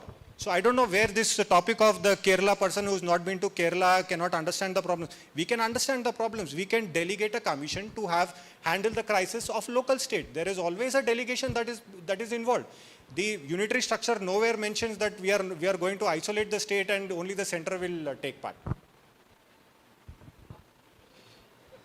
Respected judges, so national here when it is unitary, when it comes to unitary, it's very hard to handle the scenarios like natural disasters. And suppose for the decision making of AI securities or any other national level securities, it's very difficult for handling at the state levels because each and every state in the federal structure, they have their own mindset. And even regional leaders, they have their own personal agendas. So it's very hard to bring all the leaders to a single line. You already know that at the center, few leaders from different parties, DMK, etc., they try to form third front. It could not sustain. Even so far, they are not able to form the government. So even they again started like India nation, India front. So similarly, even like while deciding factors like whenever we have seen already demonetization, right? How it happened. To take such kind of decisions, it has to be more secret in nature. So to take demonetization like decisions and implementations like bills like GST, nobody comes to on the same phase. It will be very difficult for the federal structure. So that's why we always prefer better you go to unitary.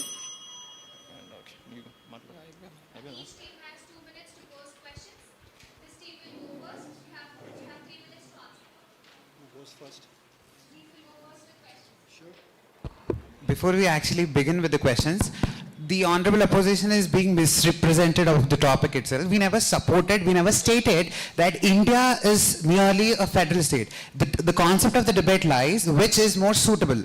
We never asserted that India in its present form is a federal or a unitary structure. It is a quasi-federal structure and it's known for a fact.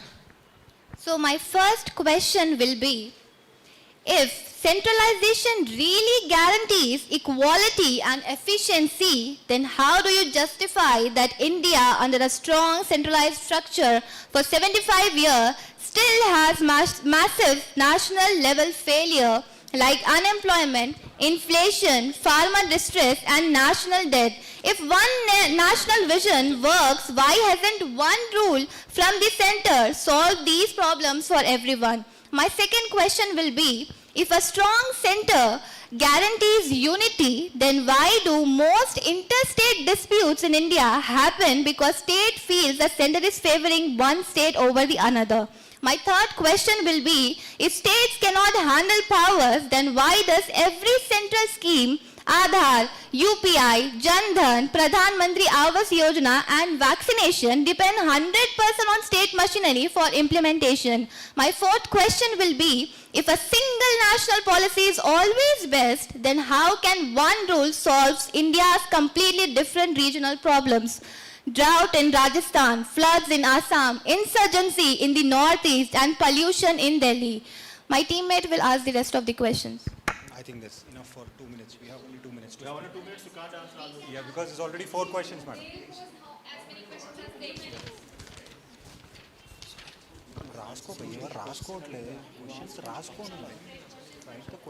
If centralization is so superior, why have UN guidelines, World Bank reports, OECD studies and EU charters all consistently recommended that decentralization is effective for our governance and economic development? If you... We have 4 to 5 questions altogether. You have 3 minutes to answer those 5 questions posed by them. Yeah, I'd like to first address the issue about one policy not helping, the rest of the country. I think that is because of the shortcomings of the federal structure. Because what happens, madam, if there is one policy that has come from the central government, state government will bring their personal agenda to it, they will bring their political agenda to it, they will bring their ideological agenda to it and counter the central government for every right thing that they want to do, ma'am. The central government is not allowed to take any act, they are not allowed to do anything because of the political crisis that is happening in the state level, madam. The corruption at the state level has gone beyond expectations, gone beyond limitation, madam. And the reason for that, and the only point where we can come up with a unitary government is to solve this at the grassroots level. We are not talking about moving India to that's not the whole debate of it. We are talking about the pros and cons of the unitary state. So one of the key issues was that we are not able to solve the UPI issues. I'm not sure what issue was there with UPI. Point number 2, we have a very successful use case with GST, madam. You can check the records. GST has done so well that it has become a example for the rest of the world. And regarding UPI, I'm not sure why it was brought up by like a shortcoming. Our Honorable Prime Minister Narendra Modi has made it so flexible, a policy from the central government, that a tourist going from India wants to shop in Maldives, Turkey or all these other countries that we are aligned with in UPI, they can simply go and pay in UPI. So they have basically saved the cost for the tourist, madam. So these policies from the central government are very effective. They are nowhere causing any harm at the state level. The problem of implementation is because of the state level corruption, madam. The problem is not with the policy making of the central government. So that is what we need to understand, that what are the limitations that need to happen with the state government, what should happen with the central government, where a unitary state would have a more efficient government, ma'am.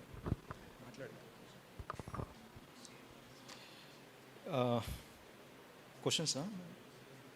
Time is there? You want the question? Next question?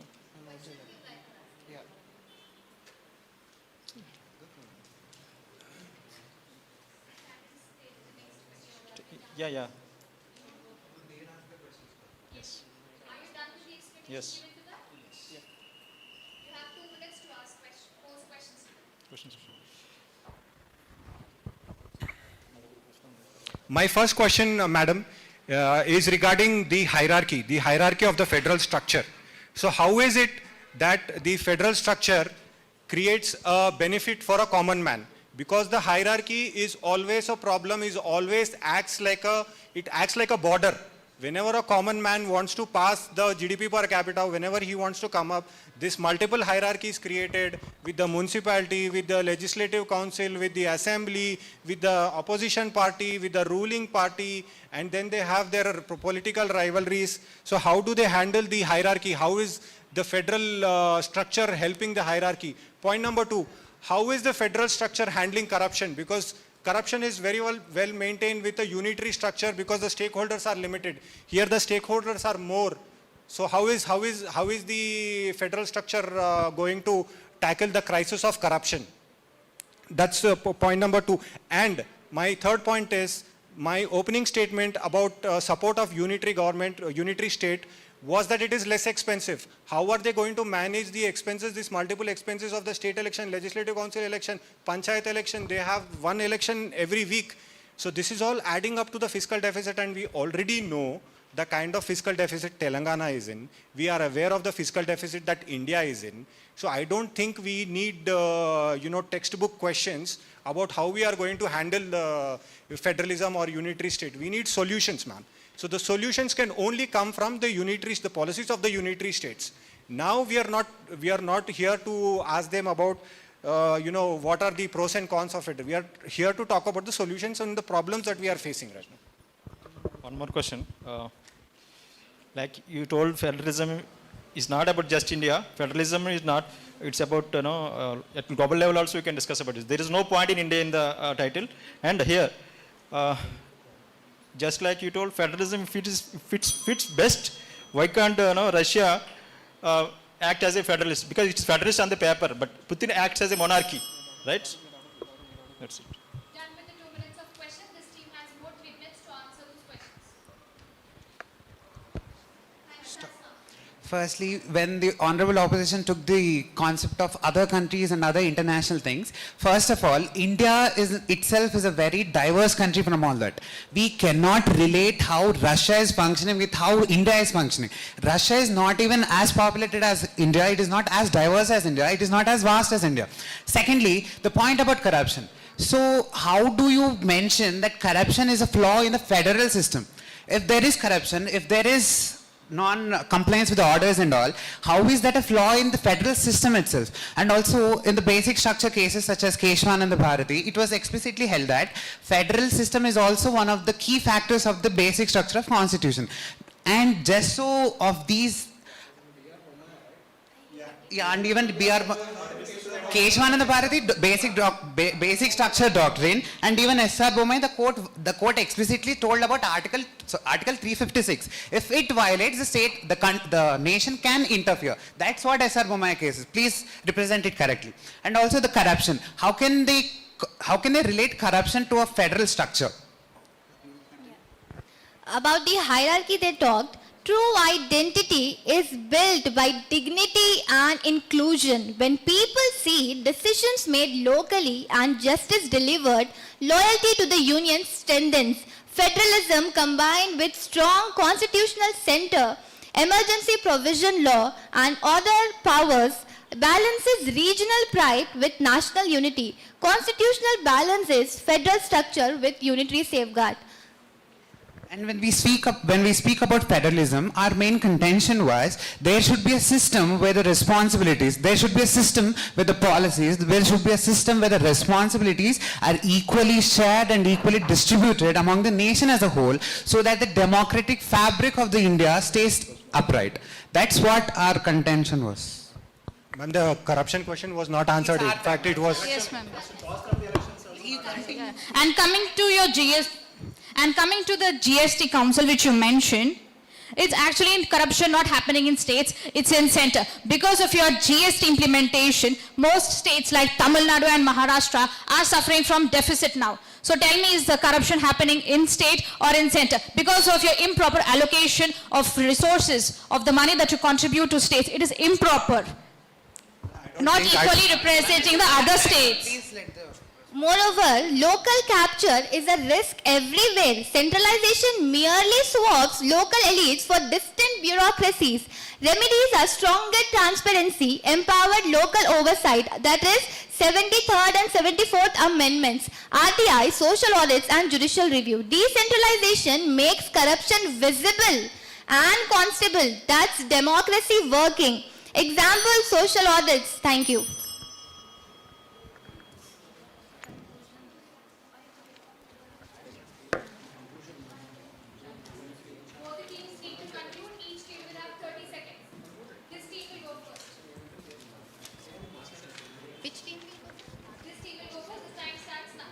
One-size governance fails everywhere, and in a country as vast as India, it becomes dangerous.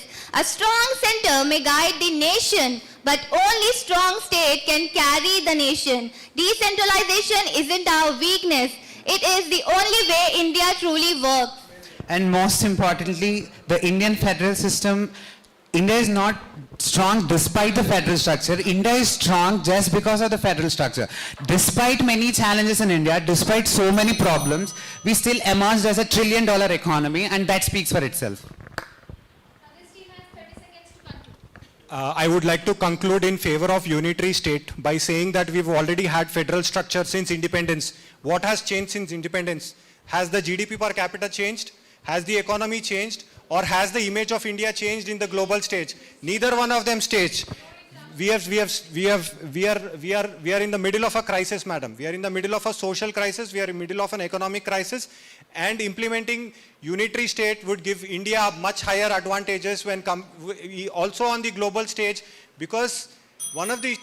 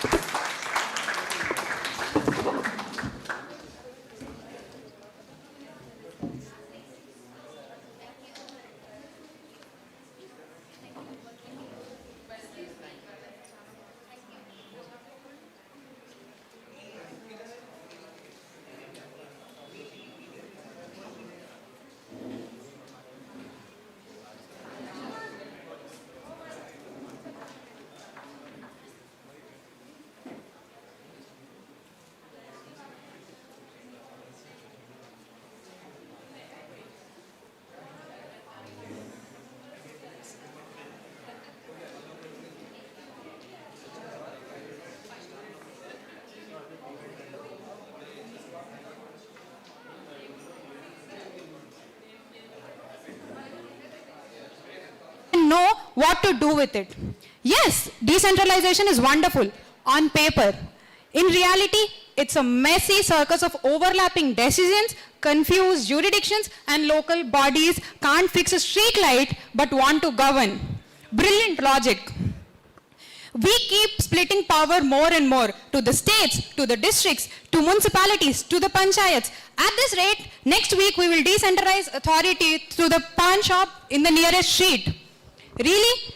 We don't want more layers of government, no more political drama, no people passing files like sweet potatoes. This is not governance, this is fragmentation, this is confusion, this is everybody doing everything and nobody responsible for anything. Decentralization lover tells us local bodies know the best. Do they? Then why do they come running to the center the moment anything goes wrong? Floods, health crisis, or any natural disaster. But apparently, center is the villain for having too much power. Do you want to hear the truth?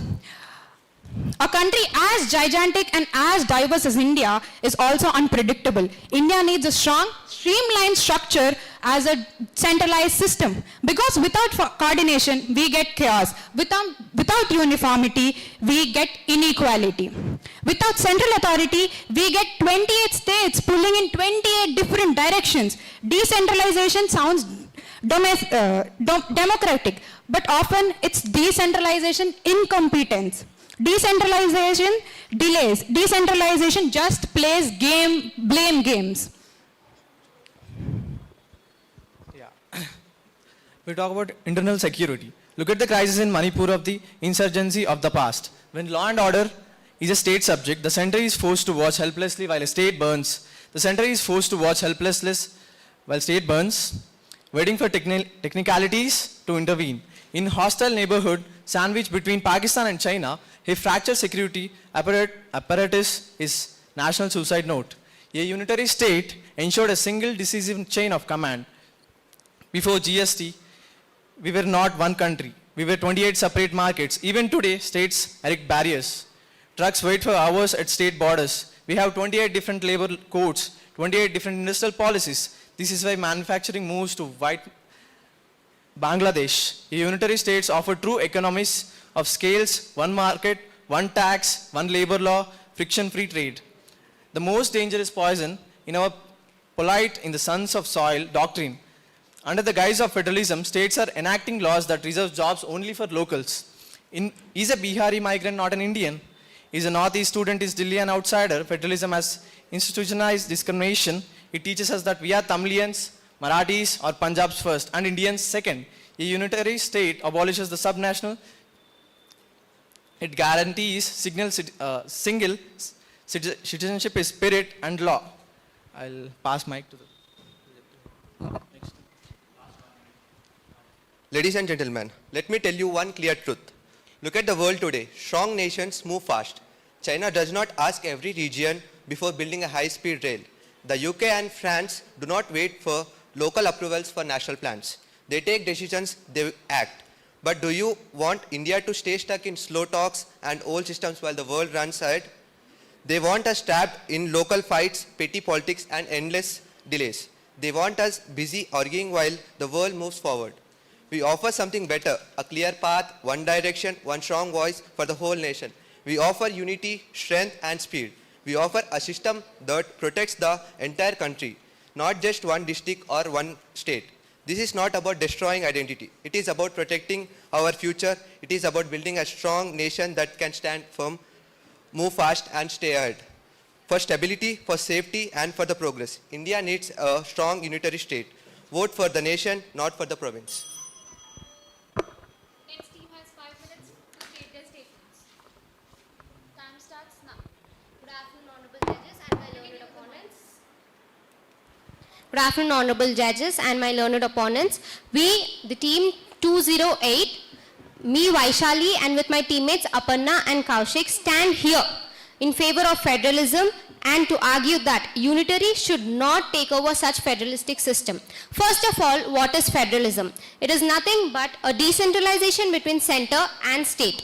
India and its constitution makers chose a system that balances unity with diversity, central authority with state autonomy. In a country with such a huge population, vast cultures, where each corner of India speaks different language, where each corner has different customs and traditions, and with population of 1.4 billion people, and among those languages, 22 of them being scheduled, not one like English, 22 languages being scheduled languages, federalism for our nation is not just a political agreement, it is necessity for stability, democracy and development. In Indian constitution, it is clearly mentioned, the federal features are clearly mentioned through dual government, division of power and independent judiciary, elected state government and strong democratic decentralization under 73rd and 74th amendment. Now coming to constitutional contentions, we have 7th schedule in the constitution where it lays out a clear division of legislative powers between the union and the state through list, union list, state list and concurrent list. And part 11 of constitution specifically deals with the distribution of legislative powers between the union and the state. Coming to the advantages. First of all, constitution makers, while making constitution, have acknowledged and respected these vast differences and diversities, and for such a need of each state to have its own autonomy, they have provided with such provisions and contentions. Coming to the advantages, India is known for its diversity, and for such a diverse nation, federalism, the whole world knows India as a diverse nation, and for such a thing, federalism is very much important for us to keep up with this unique feature. To keep up this unique feature of diversity, federalism is the most essential thing. It ensures checks and balances. Center cannot arbitrarily control everything, and the state shall act, and it ensures that a democratic accountability stays. Strong federalism is nothing but a strong democracy. India identifies as a democratic nation and its whole nature revolves around democracy. And hence, federalism is very much favored. My teammate would continue with the criticism. Honorable judges, now I move to the most crucial part of this debate. Why India must never adopt a unitary system, and why doing so would be a constitutional, political and social disaster. To start with, unitary system leads to civil unrest in a diverse nation. A unitary system centralizes authority in one political center. In a country as diverse as India, with 22 official languages, multiple ethnicities, and 1.4 billion people, such concentration is a mode for internal conflicts. We have real global examples in the form of Pakistan. Pakistan adopted a highly unilateral system dominated by West Pakistan. East Pakistan, today's Bangladesh, resisted central control, leading to a civil war in Pakistan. Federalism could have prevented this, as scholars like Aisha Dalal state. Unitary over centralization alienated East Pakistan irreversibly. The next we have the governor system. India's governor system is an example of how central control can sabotage state autonomy. In the case of Nabam Rebia versus Deputy Speaker 2016, Supreme Court held that governor cannot misuse discretionary powers to destabilize state governments. Recent controversies in Tamil Nadu and Bangladesh show governors withholding bills, delaying appointments, or interfering with the elected representatives. Next, we have Article 356, which is a direct threat to federalism. Dr. Ambedkar called Article 356 a dead letter. In the exact words of Dr. Ambedkar, I hope the article will remain a dead letter. It is an emergency power which I trust would be used only in the rarest of the rare cases. But the reality is it was used 125 times since 1950. Not for emergencies. Done? Okay. We would like to place submissions after the arguments. Conclusions. Each team has 2 minutes to pose the questions. This team will go first and you will have 3 minutes to answer. Start. Decentralization may sound people-friendly, but it's just corruption. Centralization is not about taking power away. It's taking corruption away. I don't need Gram Panchayat or Gram Samaj to conclude or approve my speech when I'm talking. National security. You speak of state autonomy, but look at the Naxalite corridor at Manipur. When internal security collapses at the center, has to wait for state permissions to intervene effectively. Don't federalize or paralyze national security. The states are bankrupting the nations with Rev-CD culture, giving away free electricity and cash just to win elections. If we strengthen federalism, won't we just empower these corrupt local politicians to destroy the economy? And how can we be a superpower when a truck has to wait for hours at a state border? Federalism creates 28 fractured markets. A unitary state gives us one market. Why do you oppose economic efficiencies? And states are passing laws reserving jobs only for locals. Isn't federalism turning Indians against Indians? One nation, and it's need one steady hands to pull the country forward, not 50 hands tugging in different or random directions. This team has 3 minutes to answer those questions. Okay.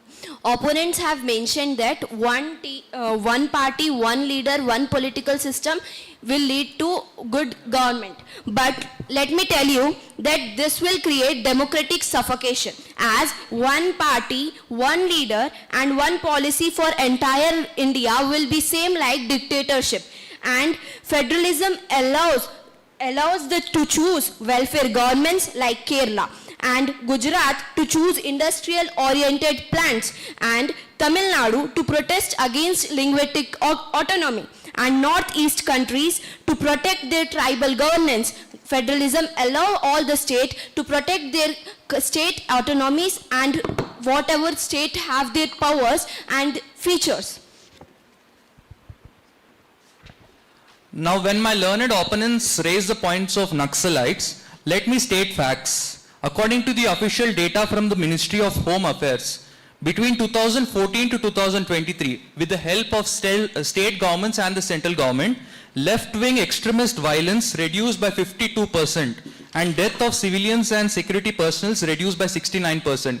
This was done in coordination with the central and state, which could not be done by the center unilaterally. So there is need for federalism and unity between the center and state. I think that answers your next slide question.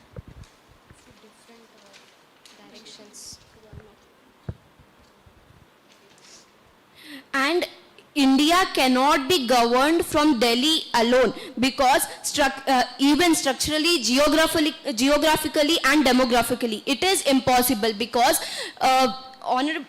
respected Nehru gave the warning that India cannot be run from Delhi alone, and this is not ideology, it is administrative reality.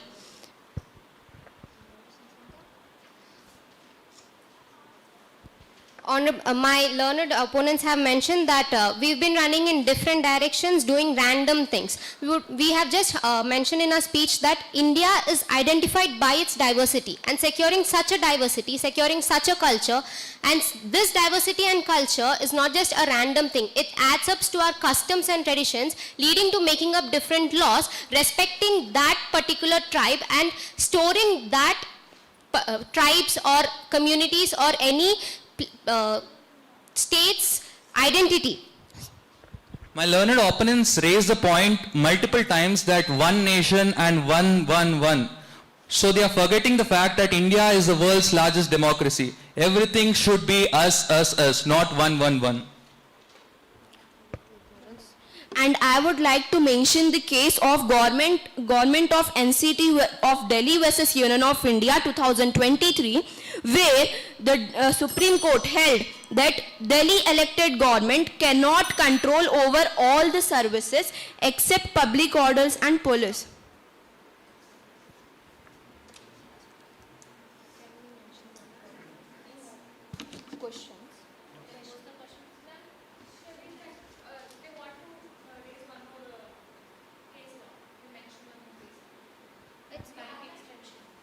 No, it's fine. We'll do it in our We'll do it. Okay. Let me just read out all the questions together. Please make a note. If too much power is given to the center, won't it lead to a civil war like it happened in Pakistan and Bangladesh? And then why did Supreme Court declare federalism as a part of basic structure in SR Bommai case if a unitary system was truly suitable for India? They just mentioned that federalism will lead to corruption. I have some facts and a question included. The states that favor the center only gets all the privileges. In the recent Bihar elections, every Bihari woman was given rupees 10,000 officially. This was solely done by the NDA to win the election by hook or crook. Because in case India doesn't win the elections, that will shatter the center. And another example is Andhra Pradesh getting all the limelight in the recent times because it's favoring the center. So, if this is the case, how do they expect the central with all the powers giving equal status to all the states? This is not possible with unitary. And there is one more question. There is a fact that if Tamil Nadu generates rupees 100 in taxes, then it gets only rupees 30 rupees back. While Bihar, if it contributes 100 rupees, it gets 150 in return. What is this? Is this unitary? And one more thing, in unitary system cannot address hyper-local issues like floods, border issues, tensions, farmer crisis and tribal land issues. Because federalism will do better than that, and the local government will make the problems more easier and bring the solution to the problems. And my learned opponent have mentioned that federalism is nothing but distributing power. Well, yes, that is federalism. Decentralization between the state and country. The opponent team has 3 minutes to answer those questions. Yeah, as my learned opponent stated that giving them all power, much power to the Pakistan and Bangladesh leads to the wars, right? Yeah. So, we look at the UK, France and Japan are unitary states, right? Are these dictatorships? No. They are thriving democracies, decentralized administration. A unitary state doesn't mean no local government. It means we strengthen mayors and panchayat directors, removing the corrupt.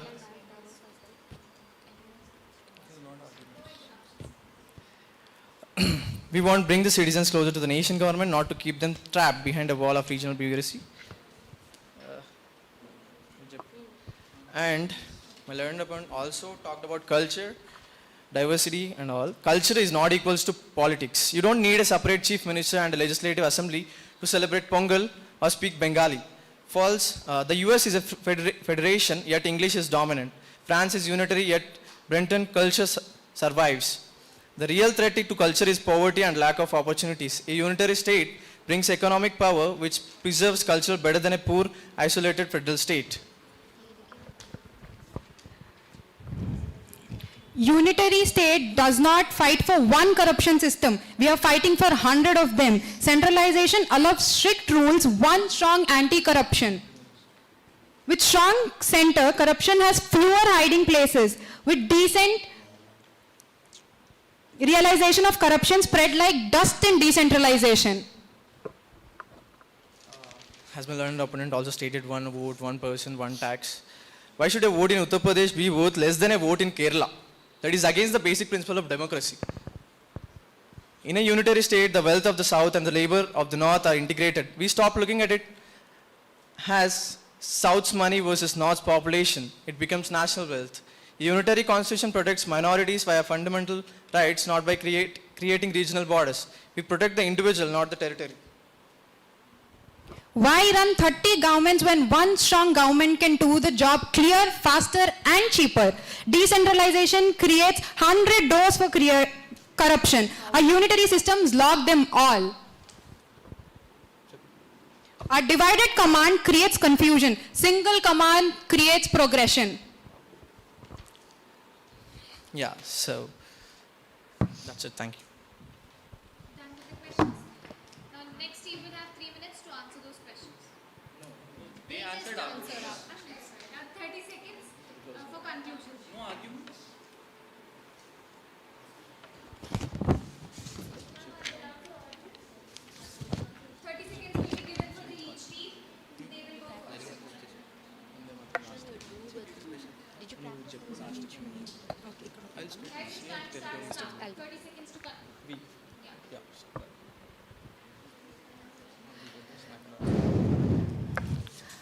Honorable judges, this is my conclusion. My fellow Indians, I have a simple question for you today. Why should an Indian citizen treated like a foreigner in their own country?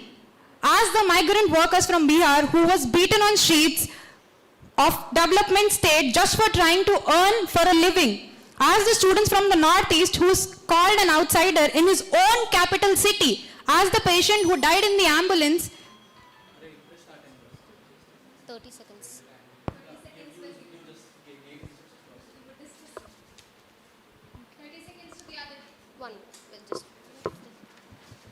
We would like to conclude that when the Constituent Assembly designed India's future, they recognized a simple truth.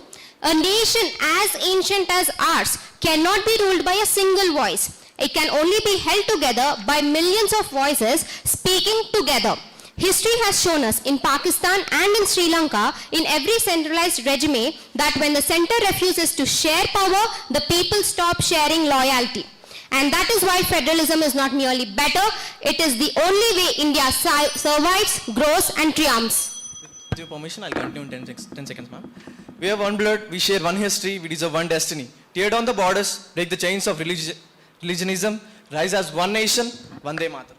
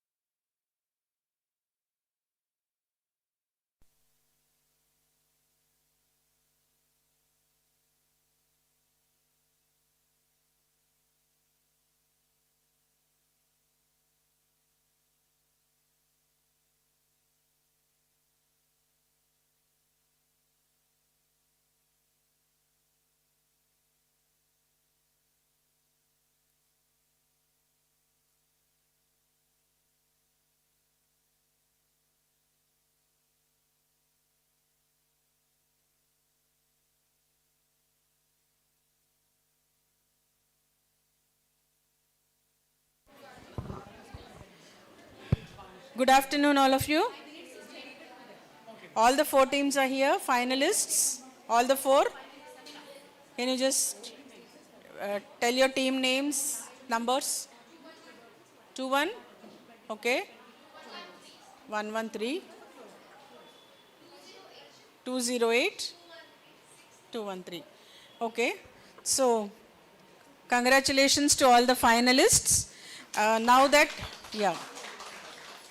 that we are starting our finals, again it will be live telecast, and this time the timings, there was slight confusion earlier, but the timings are 5 minutes for arguments, the presenting your version of your statements, that is 5 minutes, that will remain same. After that, every team will be given 5 minutes. That 5 minutes you can utilize to ask questions, rebut, argue, whatever you want. Okay? So effectively each team gets 10 minutes, and after that 2 minutes for conclusion. So 12 minutes. Now we are not bifurcating the timings based on question, argument, rebuttal and all. 5 minutes initially for presenting your side, then the other side will present, and then next 5 minutes are given to you to ask questions, argue. Argument now can go back and forth. Not hard and fast rule that only you should speak within your time. Here and there also the question answer arguments can happen in the finals. And conclusion will be given.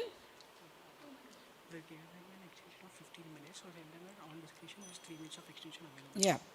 On discretion, 3 more minutes time can be given, but you know that will slightly go against your marks. Time can be provided. So here it is now an open forum for debate.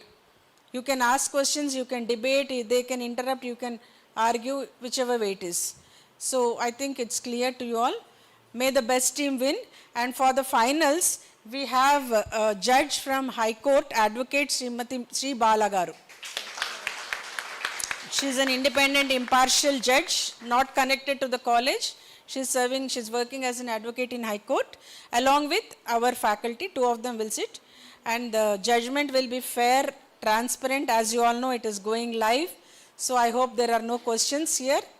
And may the best team win, and take it in the very positive, competitive spirit, and proceed with the debate. And final announcements will be done by evening, and prizes will be distributed on 26th Constitution Day celebrations in our college. So out of these 4 teams, based on the marks, 1, 2, 3 will be decided. Okay? Based on the marks, 1, 2, 3 will be decided. Marks will be given by the judges, and you know the criteria for marks, isn't it? Okay then. So shall we proceed? So I'll just ask the judge to speak for a minute, and then we'll proceed.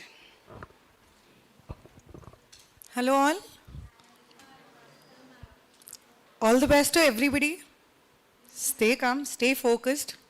All I can tell you is that. Go ahead. Let's start.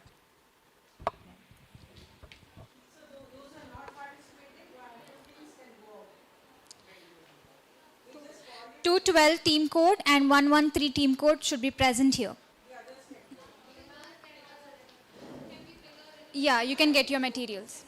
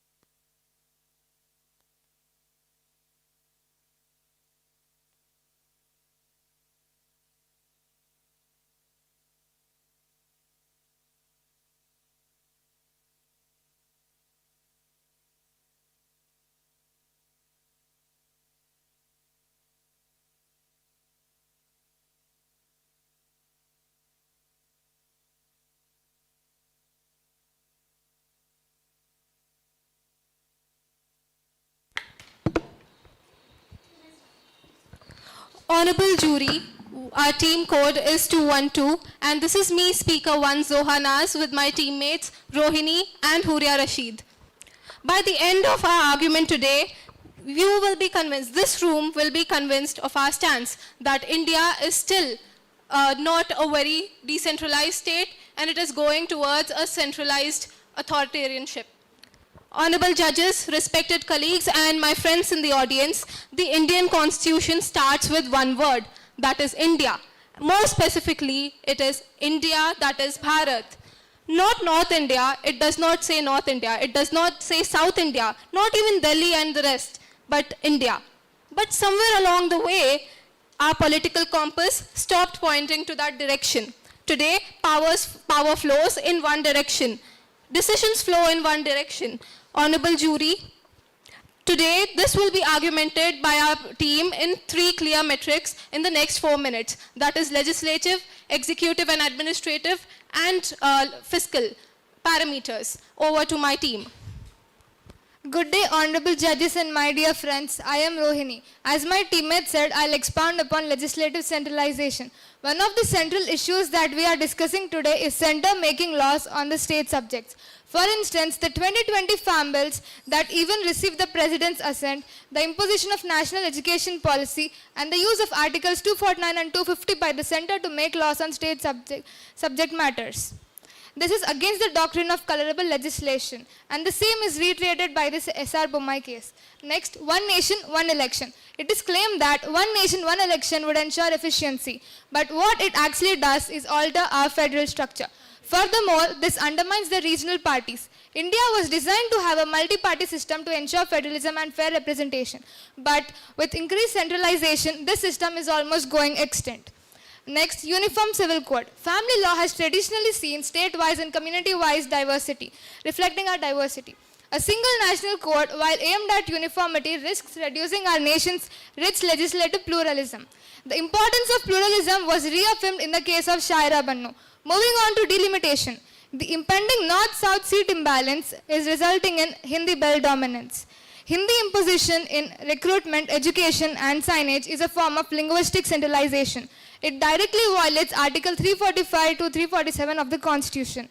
Next, anti-defection law. Through the 52nd Amendment, anti-defection law acts as a central law that strictly controls the behavior of state legislators, restricting the freedom of MLAs to represent their constituents' will. While the Supreme Court upheld it in Kihoto Holohan case, it restricted its anti-defection law's impact on federalism. Moving on to administrative parameters. The picture is clear. The Supreme Court in Nabam Rabia versus Deputy Speaker 2016 limited governor's discretion. The central government controls all India services cadre allocations. The Supreme Court's ruling in State of West Bengal versus Committee for Protection of Democratic Rights 2010 prohibits CBI's entry into states without consent, proving centralized administration. Yet this is increasingly overlooked by the government at present, proving centralized administration. Now, my teammate Huria will explain further. Thank you. Building upon my friend's points, I'll be continuing with the rest 2 topics, that is executive centralization and fiscal centralization. In India, there is increase in centralization and executive domain. As seen in recent times, the governors which are appointed by the central government are withholding the assent, restricting the development of the state. Central agencies like ED, CBI, NIA are overwhelmingly attacking opposition-led states, where ED data clearly states that 96% of the cases belongs to the opposition politicians. Between 1951 to 1987, the Sarkarian Commission stated that a third of 356 article imposition was mostly based on political influence, not due to breakthrough of law and order. Fiscal centralization. Fiscal power is increased after implementation of GST. Since GST rollouts, state lost its independent taxation rights. Coming to the FRBM Act, it also limits the state right to take the debt. It is 3%. Coming to the Finance Commission also limits its grant on conditions, which is also reducing the state's autonomy. Addition to the points, central and states division schemes, which is based on cost division method, where central has to contribute 40% to the central schemes, which is also motivating central needs over local needs of the country. At the end of the day, it is the people whose interest and welfare are impacted, not the government. Let us not fight among ourselves, but work together for the people and their welfare.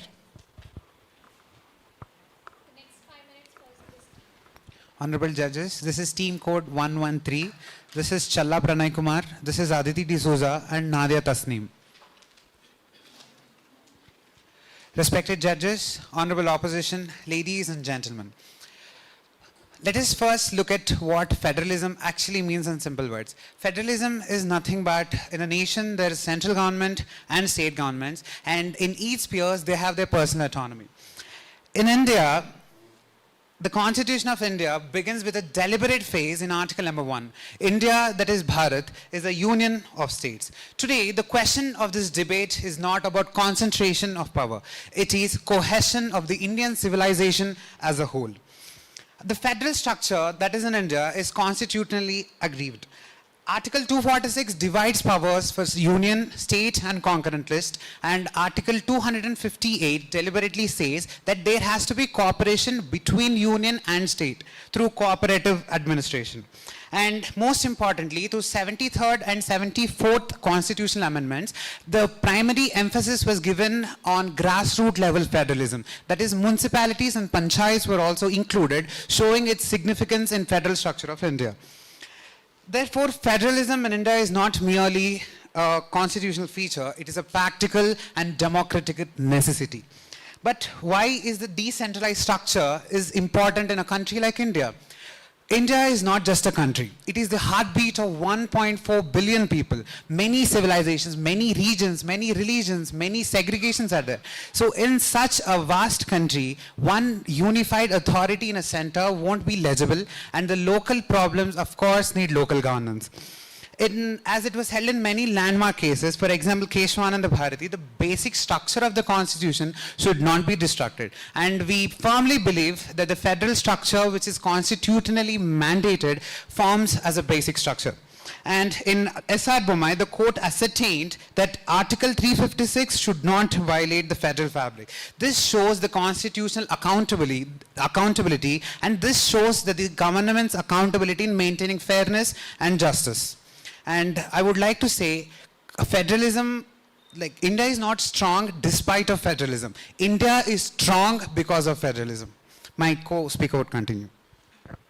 Today, I speak about a danger that threatens the very structure of our nation, the quiet but deeply damaging risks of over-centralization. Because when power moves too far from people, the people begins to move away from the nation. Firstly, over-centralization leads to alienation. India is not a single culture or a single experience. It is dozens of languages, hundreds of identities, and thousands of lived realities. When a decision about a tribal community in Jharkhand or a fishing village in Kerala is made by someone who has never visited their land, never spoken their language, it creates distance. Distance over time leads to distrust. A nation cannot function when its own people feels unheard. Secondly, over-centralization leads to inefficiency. Local problems require local solution, not national templates. Agriculture in Punjab, desert water shortages in Rajasthan, flood control in Assam, and tribal land rights in Northeast. How can one single central office be competent enough to understand all these complexities at once? One-size-fits-all policy looks neat and clean on paper, but in reality and on the ground, they collapse. Ultimately, federalism is not merely a governance model. It is a commitment to democracy, diversity, and dignity. Now let's look at some practical, statistical and some global cases of decentralization. According to World Bank, decentralization improves the service delivery by 25%. According to ADB, it reduces poverty up to 10 to 20%.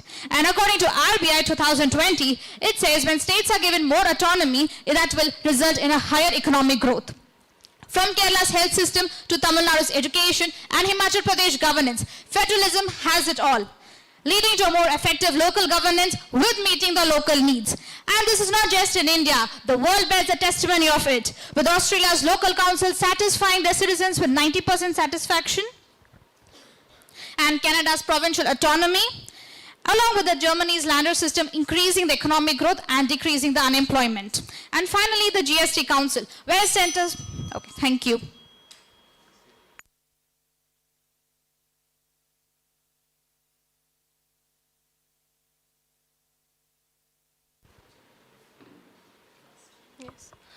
Honorable jury, just to clarify one simple thing. We don't stand here today arguing federalism versus unitarianism. We stand here today arguing and examining India's current political structure and what it is encompassed of. Is it more unitary or is it more federal? And I believe, even though I appreciate the points of my opposition and I do agree with their stance on centralization and decentralization, yes, federalism is very much important. But they have not used any data, nor they have argued enough on how India is still a federation. Our arguments were solely based upon 3 points, that is legislative, executive and administrative and fiscal parameters, by which we proved that India is moving towards a unitary state.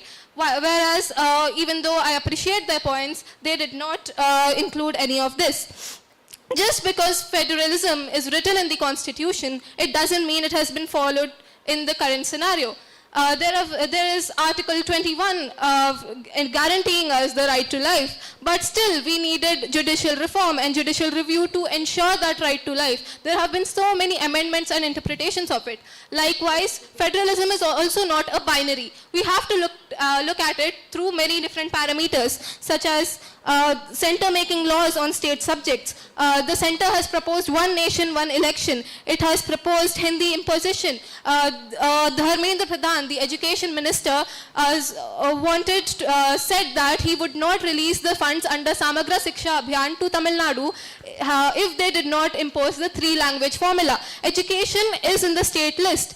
It is the concurrent list, but forcing the states to comply with it is not the answer, and henceforth we put forward the view that India is moving towards a unitary kind of government.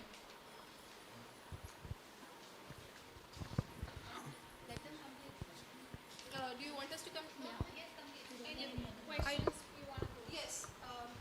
Yes, if there is no rebuttal on the part of our opponents, we would like them to answer one simple question. By their parameters, do they think that India today is more a federation or more a unitary government? This is our first question. It will be followed by others, but could be answered right now by the opposition. We would like you to complete your 5 minutes. Then in 5 minutes, we would ask you questions and we would also give answers. But we will not be given additional time after your 5 minutes to answer the questions. That is not our problem. Please do clarify. Your Honor,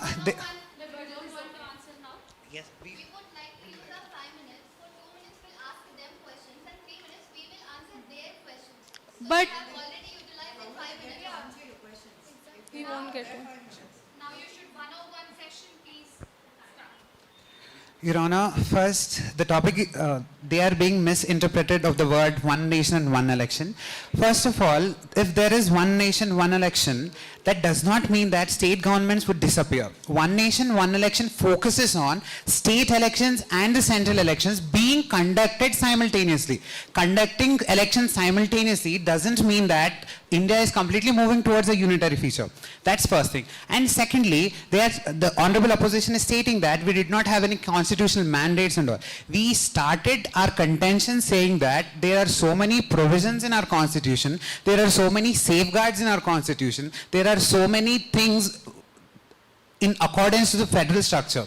We never contended that it's completely moving on to a unitary structure or a federal structure. We have our constitutional mandates, we have articles, we have amendments. That's what we would like them to understand. Moreover, the first question to you is, if centralization really guarantees equality and efficiency, then how do you justify that India, under a strong centralized structure for 75 years, still have massive national level failure like unemployment, inflation, farmer distress, national debt? If one national vision works, why hasn't one rule from the center solved these problems for everyone?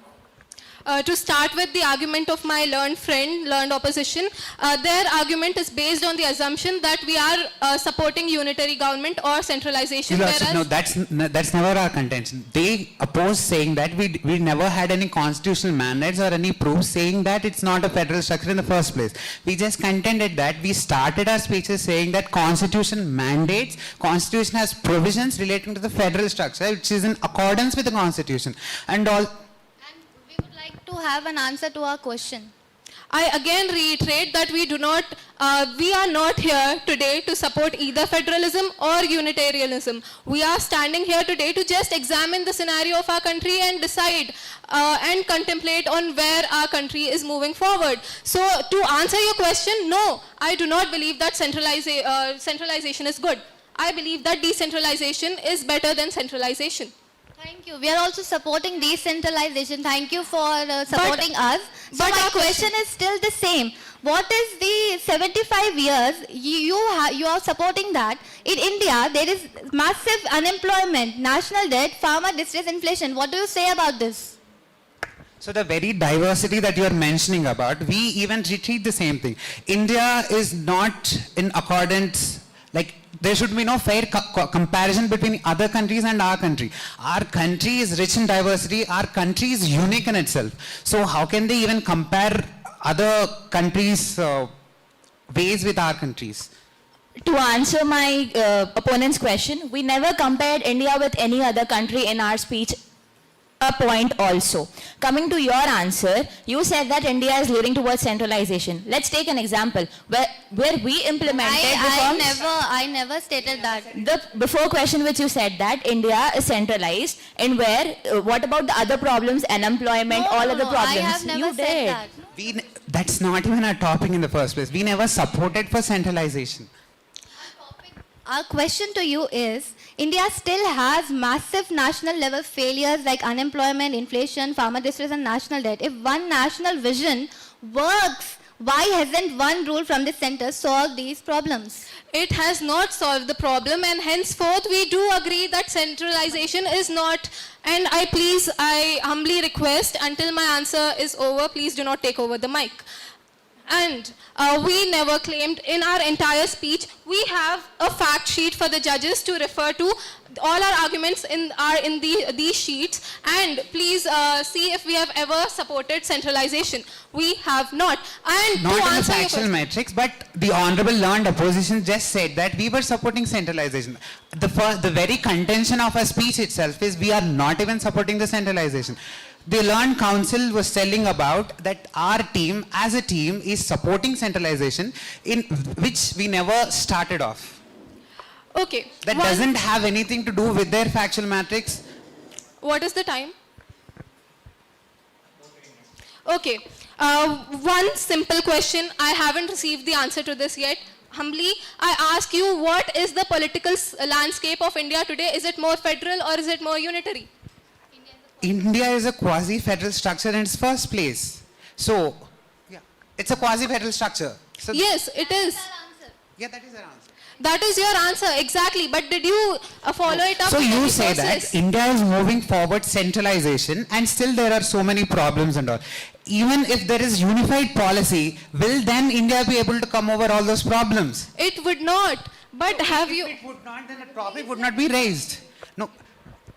Not to intervene in them or not, but while we were speaking, they raised their oppositions and we are actually doing the same thing.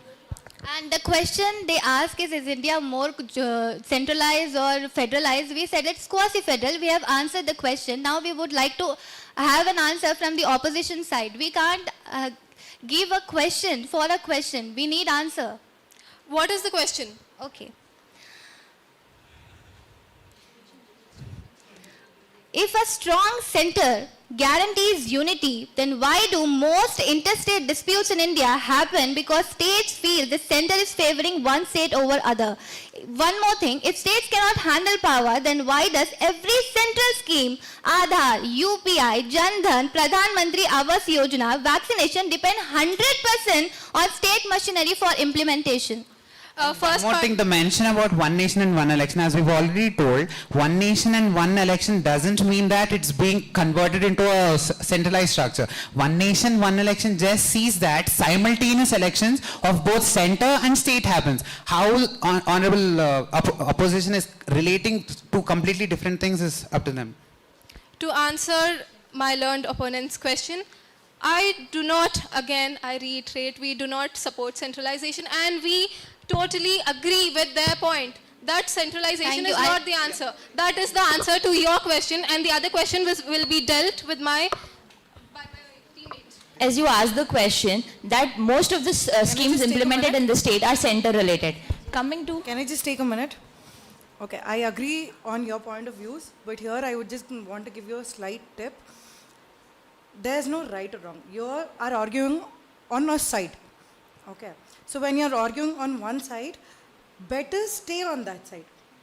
Beliefs and arguments are completely different things. That's a very simple point of view that you have to consider. Okay. Honorable jury, that is exactly what I would also believe in and would like to implement in the debate. But the opponent's arguments assume that we support centralization, and henceforth I had to clarify that it was never an assumption, Your Lordship. The Honorable Learned So Council. basically, the reason I had to give you this tip is, it doesn't matter about their assumptions. You have taken a side. You have taken a side. You've chosen to debate towards centralization. Okay. So we want you to stick towards that side. Okay, beliefs might be different, but if you're arguing for one side, better stick to it. Our side is that India is moving forward slowly to a unitary state, and that does not mean that we support the unitary state, but we have backed our claims with a lot of statistics, and I would refrain from further answering any of their questions. Rather, for the convenience of the jury, I would like to reiterate our stance once again, because it seems quite unclear. Your honors, we object this, jury. We would also then we would also like to ask for extra time then, if the jury is permitting to them. If you want to refrain answering the other side's questions, we would like for you to wait and then make your statements in the closing statements. We are not refraining. Of course, if it is like that, we would answer their questions. We will do so.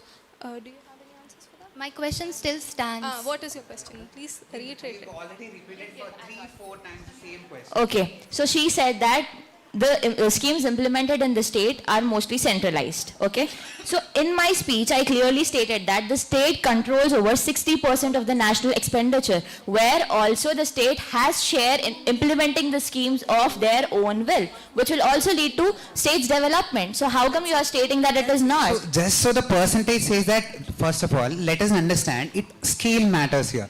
You have to see that India is a vast country, so much of population. There is central government and state government. Of course, state governments are like the union government prevails over state government. That does not mean that it's completely overruling the state governments.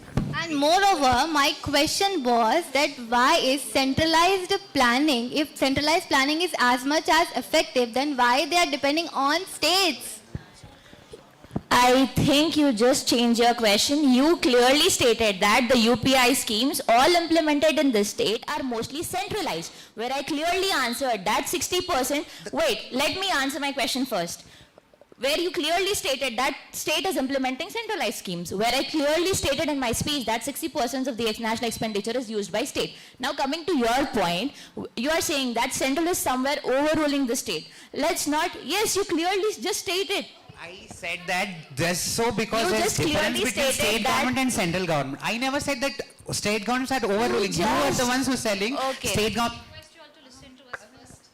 You guys are interrupting us, not we are doing it. We were answering. Okay, let us come to the answer. Answering that state center is not overruling the state. Let's take the example of Bihar, where we implemented farm reforms, where Bihar massive protest led to the repealation of it, because of which it clearly states that center does not have power over states. Center does not have power over state. Can you just elaborate it? Union government always prevails over state government. So in case of any dispute between union and state, union of course will have a precedence over state government. What's there to question Honorable about? jury, if I'm not wrong, and I would like to confirm it with the opponents, their stance is that the central government is overruling their power for the state government. It's just a question. Please don't take offense to it. Yes, continue. Please continue. Yes. Question in the first place. Okay, yeah, please continue. Please. We've already repeated the question 4 times and they're still saying, okay. I think the topic is very much diversified to somewhere else. Coming to one clear question that I got from their side, that is one nation and one election and how we have misinterpreted it. But actually, there are so many problems with this. Firstly, yes, it was meant to be one nation, one election when we started off, but due to many different factors, we have come to... Once again, we would like to say that just, first of all, please don't get misrepresented Right, of for the closing statements.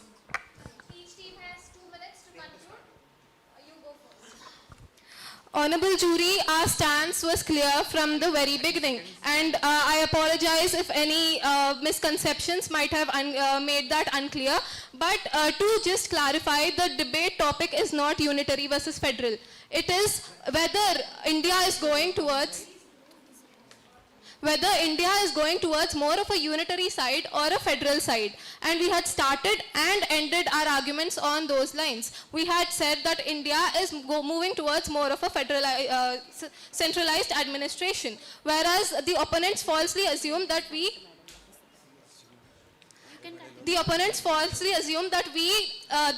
us saying that India is more of a unitary administration means that we support it, which is clearly not our point. To end with, we started this debate by going back in time to the Constitution. Now, let us come back to the present. Judges, the debate ends here, but structures don't. What we have shown today is simple. You cannot call something federal just because it is written somewhere. Just because it is in the Constitution does not mean it is being implemented. The question whether India is still unitary or federal, you have heard enough of our arguments, Honorable Jury. But most importantly, the Constitution also says so. The Constitution is a clear benchmark to mitigate any false overreach. So we would like to conclude by that. Can we start? The opponent has clearly stated that we have falsely assumed that the debate topic is federal versus unitary, but I would like to remind that the topic for the debate is decentralization, strengthening federalism versus unitary state. So I would like, we have evidence and witnesses also for this claim. And also the conclusion is one-size governance fails everywhere. And in a country as vast as India, it becomes a dangerous. A strong center may guide the nation, but only strong state can carry the nation. Decentralization isn't our weakness. It's the only way India truly works. So yes, a strong India needs a strong center, but it needs even stronger states, because only when every region is respected, every culture is valued, and every community feels represented, only then does India truly stand united. Pranay would like to continue. It was never about concentration. It was always about cohesion of Indian civilization in a unified way. The path forward is clear. We have to empower locally and unite nationally. Federation is not just a structure, it is a promise that no voice is two voices, no voice is too distant, and no region is too small, and no citizen is too weak.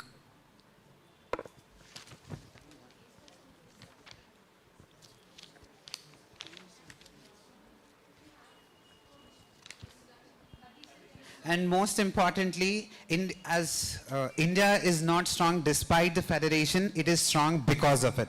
Federalism protects diversity, improves governance, and ensures that power is not a pyramid, power is a partnership. Federalism is a commitment to democracy, diversity, and dignity. It recognizes that India's strength comes not from concentration powers, but from sharing it intelligently. Federalism is not about dividing power, it is about distributing wisdom. Thank you.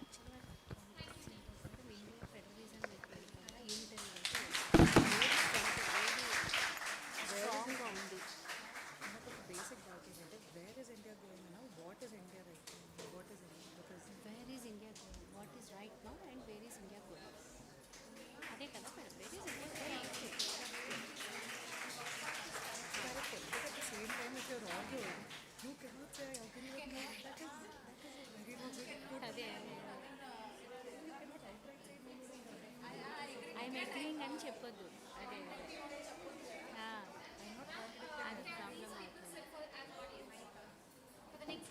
Next టీమ్కి ఆడియన్స్గా వద్దులేము madam.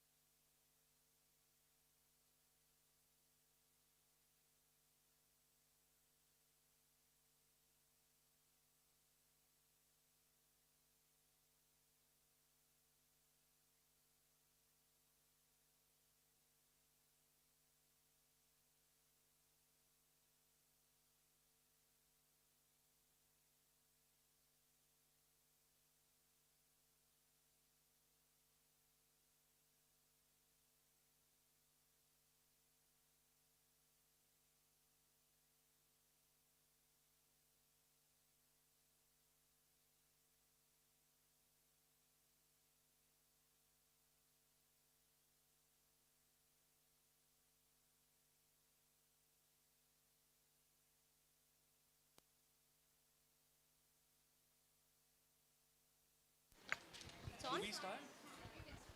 Or they are? Good afternoon, honorable judges and my learned opponents. We are team 208, myself Vaishali with my teammates Aparna and Kaushik. And today we stand for in favor of federalism and that unitary should not be taking over federalism. First of all, what is federalism? Federalism is decentralization between center and state. India and its constitution makers chose a system that balances unity with diversity, central authority with state autonomy. In a country with huge population with 1.4 billion people and a vast culture where different language is spoken in each corner of the world and there are different customs and traditions everywhere around. Federalism for such a nation is not just a political arrangement, but it is a necessity for stability, democracy and development. We have 7th schedule in the constitution which clearly lays out division of legislative powers between union and the state through union list, state list and concurrent list. We also have part 11 of Constitution which specifically deals with the distribution of legislative powers between the union and the state. Constitution makers were very much aware. They have acknowledged and respected the need for each state to have its own autonomy. Coming to the advantages, for such a country which is as diverse as India since time immemorial, federalism serves as a unique character which the whole world identifies India as. And to respect that character and to identify such thing, federalism serves the purpose. For a democratic nation like India, which identifies itself as the largest democracy, federalism ensures that the central cannot arbitrarily control everything and states holds the accountability, and strong federalism is nothing but strong democracy. I would like to pass on the mic for my teammate for criticisms. Honorable judges, now I move to the most crucial part of this debate. Why India must never adopt the concept of unitary system and why doing so would be a constitutional, political and social disaster. To start with, unitary system leads to a civil unrest in a diverse nation. A unitary system centralizes authority in one political center. In a country as diverse as India is, with 22 official languages, multiple ethnicities and 1.4 billion population, the largest population in the world in fact, such concentration is made for internal conflicts.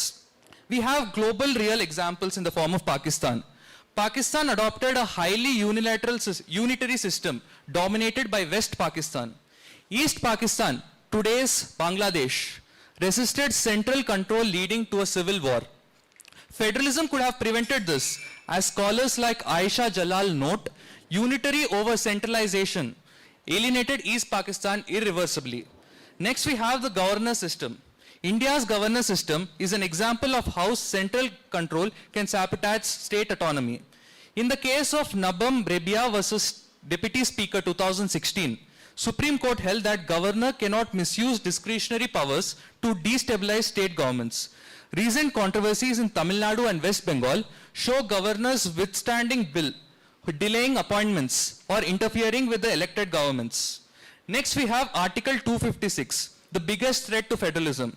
Dr. Ambedkar called Article 256 a dead letter. In his exact words in the Constituent Assembly debates, he said, "I hope this article will remain a dead letter.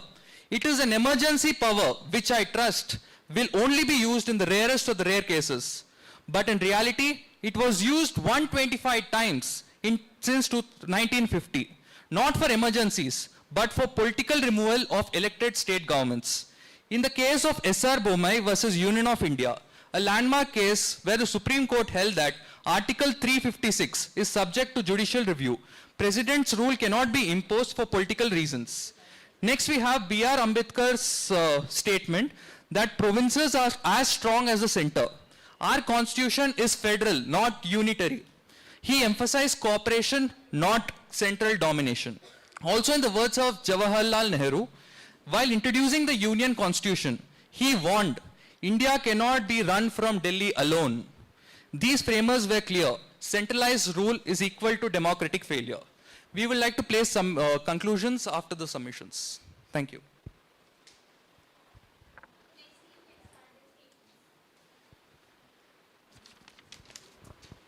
Good afternoon, honorable judges and my fellow opponents. I am Ananya. These are my teammates Gopesh and Kinnara, and we're team number 213. Today, we stand firmly with the fact that India is leaning towards a unitary form of government. A unitary form of government is one where an all-powerful central government exercises supreme authority over all the other governmental bodies and people. Autonomy on paper means nothing if their power to act and control is constantly supervised, delayed, and overridden. And that is the story of Indian federalism today. The center has steadily taken over the powers that the Constitution actually intended for the states. The strongest event that suggests the same is financial centralization. Federalism fails when money and dependence are interlinked. States currently are dependent on the center for their funding. How is that autonomy? How is that a federal structure? States had lost 90% of their tax discretion when GST was introduced, and it also removed states' freedom to tax key sectors. States rely on the center for compensation, and in the 2021 pandemic crisis, the states had lost 2.35 lakh crores just because the center had delayed their compensations, leading to massive losses and the need for borrowing funds from banks. And moreover, GST Council is not collaborative, it is center dominant. Yes, states sit in the council, but the center has veto power. One central veto can block all states' votes combined. Several states like Kerala, Punjab, Rajasthan officially stated in meetings that they were outvoted in decisions directly hurting their revenue. Let me point out a case law. State of Karnataka versus Union of India 2024, in which Karnataka approached the Supreme Court over delayed central funds. The Supreme Court had to intervene in a basic financial flow issue, which should never happen in a federal form of government. Why is the judiciary having to babysit the smooth functioning of the so-called federal process in India? The sad part is, power doesn't centralize loudly. It centralizes slowly through finance, agencies, amendments, and interpretation. And before we know it, before we notice, states become puppets to an arbitrary center. And also, before I put forth my points, I would like to clarify that this debate, the point of discussion or discourse is that whether India is showing a unitary approach in the name of federalism, or is it really retaining the fundamentals of federalism. So let me start off by mentioning certain instances in the past as well as the present. So first important thing is that you have the governor issue and the conflicts of the assent to the bill.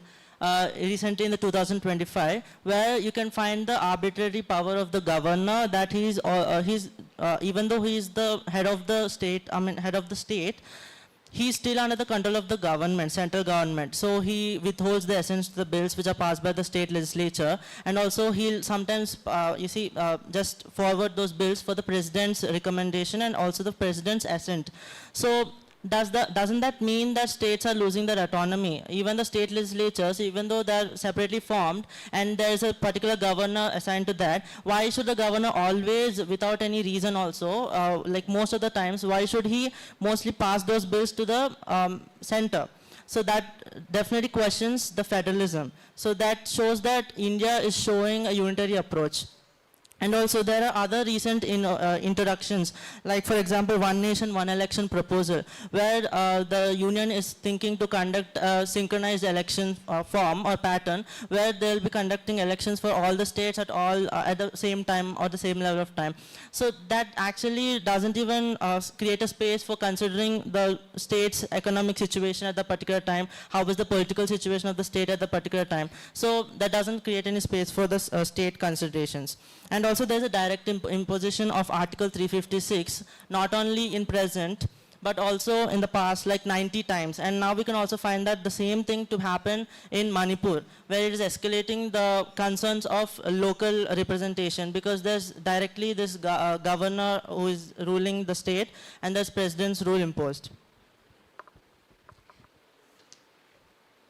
In reality, the center holds all emergency powers under Article 249, 250, 352 and 356. Under these, the central can take over state legislation, state administration, state finances, policing and public order. And did you know Article 356 was misused more than 90 times despite SC restrictions? And instead of presidential rule, new control instruments like CBI jurisdiction, GST, delimitation and center fund withholding, etc. have created a lot of distress.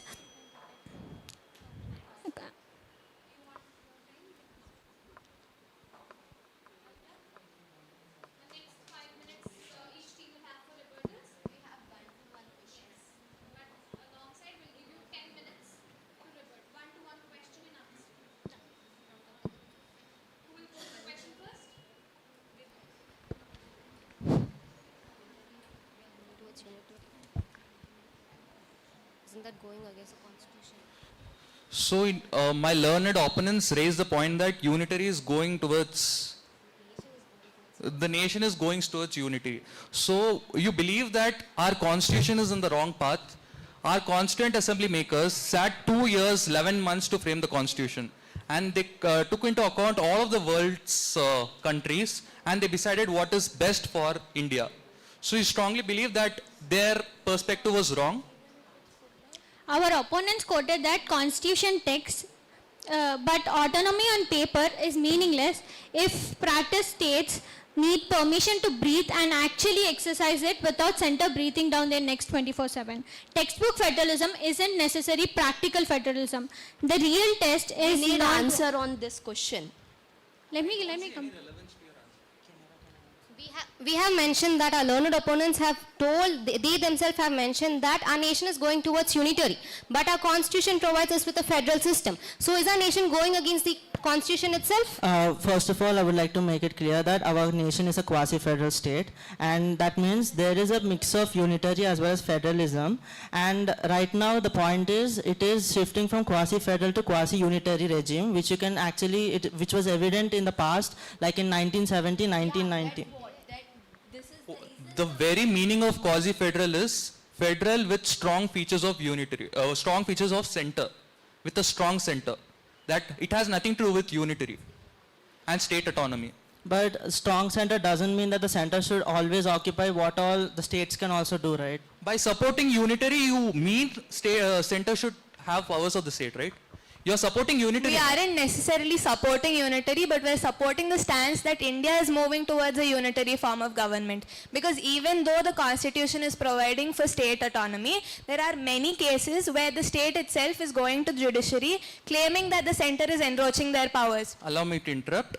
The very essence, the very topic of our discussion today is decentralized federalism or unitary state. So we chose federalism and you choose unitary state. And all the points you stated in were in favor of ours. I fail to understand, weren't you aware of this? You mentioned that GST center is taking all the control of GST. Then this is the point against your team, because GST should be given to all the state, as particular states know their products and what GST to apply in their particular state, rather than the center applying the same GST to all the states. That is the very reason why we are stating that India, instead of being federal, is going towards a unitary form of government, because we are providing proof that it is going towards unitary because it is functioning as a unitary form of government. On paper, it is federal. On paper, states have autonomy. But in practice, when people and we are argue actually, that it should not be the same. You argue that India should be unitary. that is not the point of the debate, if it should be or it should not be. We're talking about It is where the point it is of headed. the debate. The debate clearly states decentralized versus unitary. The debate clearly states, if you can read the explanation, it clearly states that if India is That going is just towards the federalism or explanation. if it is going towards the centralization. So you agree that India should be unitary. If it's Is just this the what you mean? explanation, then why would they give the explanation? Why can't they just stop with the topic, the heading? Then you are foregoing the topic itself. We are You stating haven't read that the topic, India you're is reading only the going explanation. Is towards that the right? unitary system and not federal. It is not being federal these days. We state that.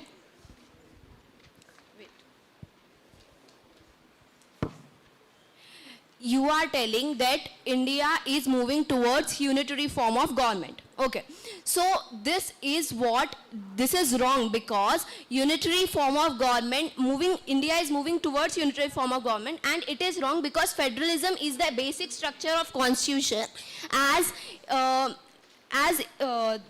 the case of SR Bombay versus Union of India, the Supreme Court declared federalism as a basic structure of constitution, and if unitary system was totally suitable for India, why would they even mention that federalism is a basic structure of constitution? Ma'am, we would like to first point out that we never mentioned that unitary is ideal for India. We mentioned that India is functioning as a unitary form of system. Next, we would also like to ask our opponents you guys mentioned about how the states have autonomy, right? And how judiciary is an important part of a federal form of government. Then let me point out to a few cases. In the Jabalpur case, when we look into history, in the Jabalpur case, which is also known as the habeas corpus case, A.N. Roy was declared as the Chief Justice of India. But actually, the superiority principle is followed in Supreme Court. But A.N. Roy had 3 superior judges before him. But he was appointed by the center based off of political influence. That is a unitary form of government. Then, Justice Khanna, in the same case, who gave a dissenting opinion, was removed from running for CGI even if he was the senior most judge. Again, political central influence. Just to interrupt, the appointment of Chief Justice of India and the judges is done by the collegium. They recommend it to the central government, and 99% of the cases... I am getting to that. There was also a case in 2018 where the central government has passed a law called the National Judicial Appointment Commission, NJAC, where the Prime Minister, CGI and opposition leader together choose the judges of the Supreme Court. Let me tell you one more case where government of NCT Delhi versus Union of India 2023, where Supreme Court held that Delhi elected government has control over all the services except public order, police and land. So it was noted that state government must have autonomy, and excessive central interference violates the constitutional duties and constitutional rights and basic structure. Ma'am, that wasn't the point I was talking about. The main point I was talking about was that political influence by the center is being showed in judiciary, not in states. We mentioned point for that, collegium decides. Yeah, but then The there was one an who act in recommended by the 2018 collegium. where the center itself passed an act to appoint judges. How is that a federalism based structure? Repeat again. Can you please repeat the last point? NJAC in 2018 was introduced by the center, where the CGI, the opposition party leader in the center, and the Prime Minister could decide who will be the judges in Supreme Court. How is that? How is the center being able to pass a law like that, encroaching into the judicial functions, a federalism form of government? I'm actually handicapped with that information. I'm not aware of that. But let me say that we have the concept of judicial review. If there is an unconstitutional law, the Supreme Court would have already struck it down. So I don't see any... And Supreme Court did not struck it down. He So was the that Chief by Justice. itself means it is not unconstitutional. It is within the frameworks of the It Constitution. is not, we are not telling that it is unconstitutional. We are You are telling saying that it is We unconstitutional. are telling it is against the federal system. This wholly denies the federal system in the India. Honorable judges, we would humbly like to mention that before starting this, we have already mentioned what we are standing for. We were standing in favor of federalism and telling that unitary should not take over the whole nation and federalism should exist. And in relevance to that topic, we have few questions. So we have an example. In the recent Bihar elections, every Bihari woman was given rupees 10,000 officially. So this was done officially. So this was solely done by the India government to win the elections by hook or crook. Because if they lose these elections, the major impact goes to the center. The government may shatter. So they had to win these elections. There is another example where Andhra Pradesh came into limelight recently because it was in favor of the center. It got all the investments, everything was in support. And there is almost another case where UP was given 30,000 crores for railway budget. And similarly in Tamil Nadu, it was given only 300 crores. Why is there this differentiation? That's because of centralization. So the center government is always focusing on the states where you're having their own party in dominance, right? Or in the ruling government, right? You're actually supporting our... Standing to what we have mentioned earlier, that unitary should not take over, and just what my teammate have mentioned, standing in our notion, we say that discrimination and unequal treatment to the citizens of India as a whole, and this invalidates the whole purpose of Constitution itself. Ma'am, if I may take a clarification from our opponents, do you believe India is a federal form of government? We are telling that India is Yes or moving... no? It's a federal government with strong center. That is our whole point. Right. So, is it possible for a nation to call itself federal when the central government controls the resources and funds that are going to the state? Is it possible for a nation to call itself federal when the central agencies of the country target opposition-headed states through legal complexities? And recently, in 2014 to 2024, there has been a 10 times increase of encroachment of central power where states headed by opposition parties have been targeted. Are we allowed to answer, ma'am?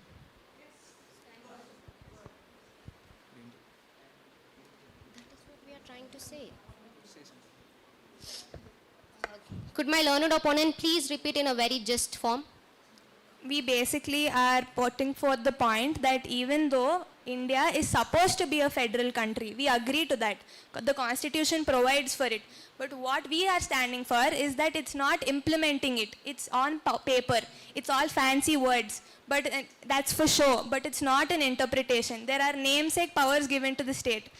And this is What do you have to say about the three lists we have? Union, state and concurrent?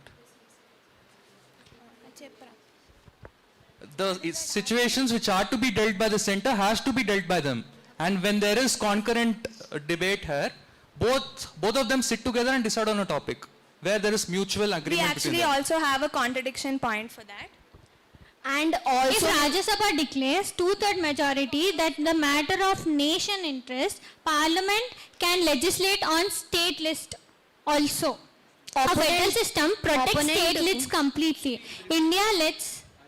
Opponent council mentioned that India is moving towards unitary. We would like to mention that India is also having the federal nature. In the recent example, 15th Finance Commission 2021 to 26 increased the state shares and granted Health Commission, local bodies, disaster management, 10% higher shares than before, and states have become more flexible today than 10 years ago.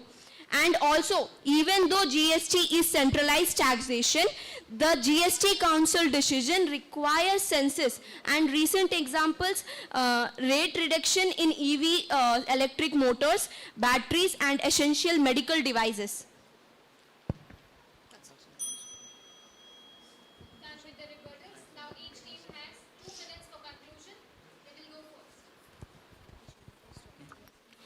Honorable judges and my learned opponents, when the Constituent Assembly designed India's future, they recognized a simple truth. A nation as ancient as ours cannot be ruled by a single voice. It can only be held together by millions of voices speaking together. This is the fundamental basis of our constitution, and that is why today we are the world's largest democracy. History has shown us in Pakistan, in Sri Lanka, in every centralized regime, when the center refuses to share power, the people stop sharing loyalty. Federalism is the reason India is the world's largest democracy today, not just the world's largest population. And that is why federalism is not merely better. It is the only way India survives, grows, and triumphs. In the words of K.C. Ware, the person who coined the term quasi-federal in our Indian constitution, quasi-federal is not a drift towards unitarism. It is the federalism with a strong center and empowered states, which are not centralized, which are decentralized and have autonomy. We would also like to mention what respected Jawaharlal Nehru has mentioned. He has warned us that India cannot be run from Delhi alone. This was not just his ideology, but this was the administrative reality of India itself. India is a vast country and with many differences, and these differences shouldn't be crushed, but rather be cherished. Democracy becomes meaningful only when people participate locally, and federalism allows people to participate locally, supporting the whole notion that India is the largest democracy in the world. Thank you, ma'am. We believe that true state autonomy requires independent finances, independent policying, independent legislative space, freedom for administrative interference, and clearly defined boundaries of authority. But in contrary, India today has central taxation, central agencies, central appointments, central vetoes, centralized welfare schemes. CSS increased 66 to 310 between 2000 to 2023. States contribute about 40 to 50% of funding, but less than 20% of design power in the schemes. Defying the center doesn't mean autonomy. It means desperation. If autonomy existed, states wouldn't have to go to Supreme Court every month. To conclude, it's impossible to ignore that India is steadily drifting away from the true spirit of federalism and moving towards an increasingly centralized style of governance. Power that was once shared is now being pulled upward. Decisions are once debated with states are now dictated from the center. From national-wide policies mentioned without the state communication to financial dependence created through centrally controlled funds, the balance envisioned by a constitution visibility is tilting. Whether one calls it efficiency or control, the reality remains federalism in India slowly fading and central authorities tightening its grip. That's the India we are living in now. Thank you.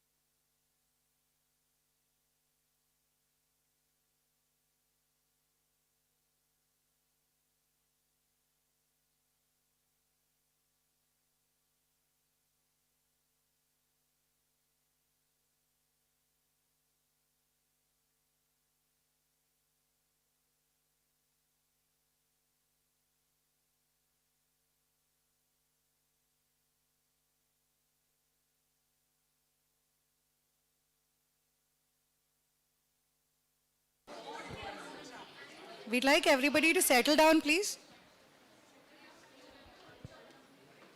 Everybody, can we have your attention? First of all, congratulations to everybody. You've all been great. There are always rankings in a competition, but all of you were amazing, which is why you're all here. So congrats. And now coming to the result, it was really hard to do this. Trust me, all of you are really good. But coming to the results, we'd like to give the first place to Team Code 208.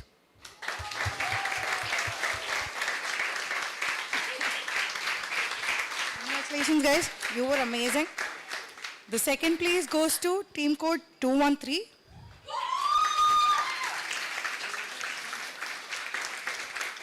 We're glad with your enthusiasm. The third place goes to Team Code 113.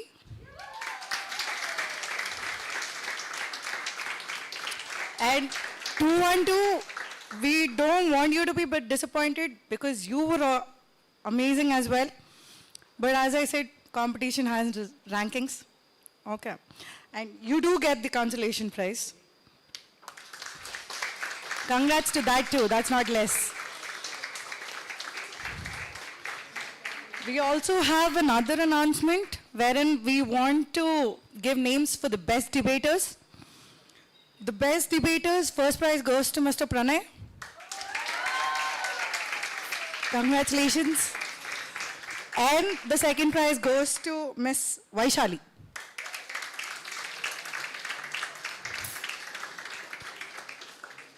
Congrats everybody. And just a few words, I don't want to take a lot of time. You're all going to be amazing advocates one day. If you want to go into practice, no force. But if you want to go into practice, you're all going to be amazing advocates one day. Colleges teach you a lot. And competitions like these give you practical knowledge as well. Practical experiences are most important. All you have to remember is, one, your attention to what you want to present and which side or stand do you want to take. As I said before, beliefs can be different from arguments. But if you've chosen a stand, stick to it. Second thing is, the way we perceive what the opponent side is saying and how we are reacting to it. One day when you go stand in front of a judge and you don't like something that the other side says, you don't agree with it, no expressions can be given. So the way you perceive what the other person is saying and the way you react to it is very important. This is something that you get only through practice or once you go and stand in front of a judge. And how you refer to your jury. That is also an important thing you'll always have to remember. All of your research is great. Your facts are straight. Today's topic has been decentralization and strengthening of federalism versus unitary state. We have judged upon what you perceived. What was your point of view, how you understood the topic, how you've perceived it, and how you put forward your arguments. We have judged you based solely on that. There's no right or wrong. We all know India is a quasi-federal nation. So there's no right or if it is federalism or if it is union, there's no right or wrong. They both go hand in hand. Congratulations everybody once again. I'm glad to be here.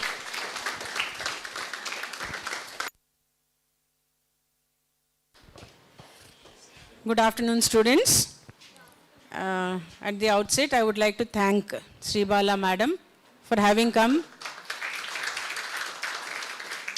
She is a very busy advocate, so only on our request she came here and she listened through all your arguments, and we are really thankful to you, ma'am. Through this platform, I would like to thank on behalf of my entire college, students and faculty as well.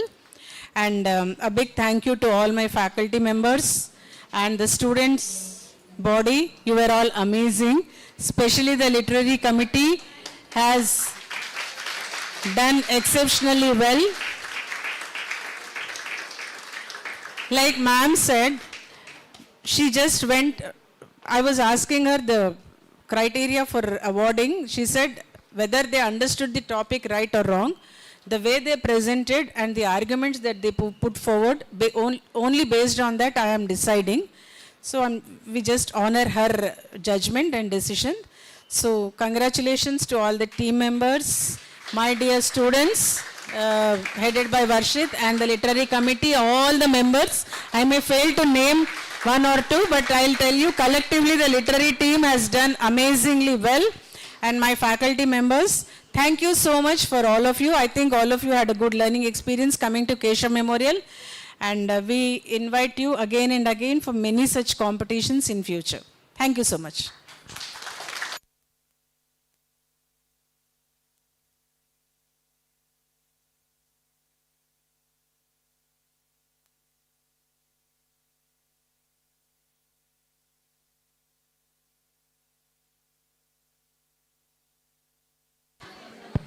Yes, my special mention of thanks to my dear social media.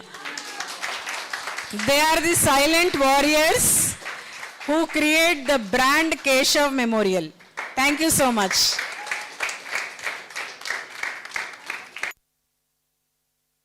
I request all the faculty to come over here. And the prizes will be given on 26th. We'll let you know the timings. Please come here and take it. If you are fortunate enough, you may receive it from the governor. We are not sure. You may. Thank you.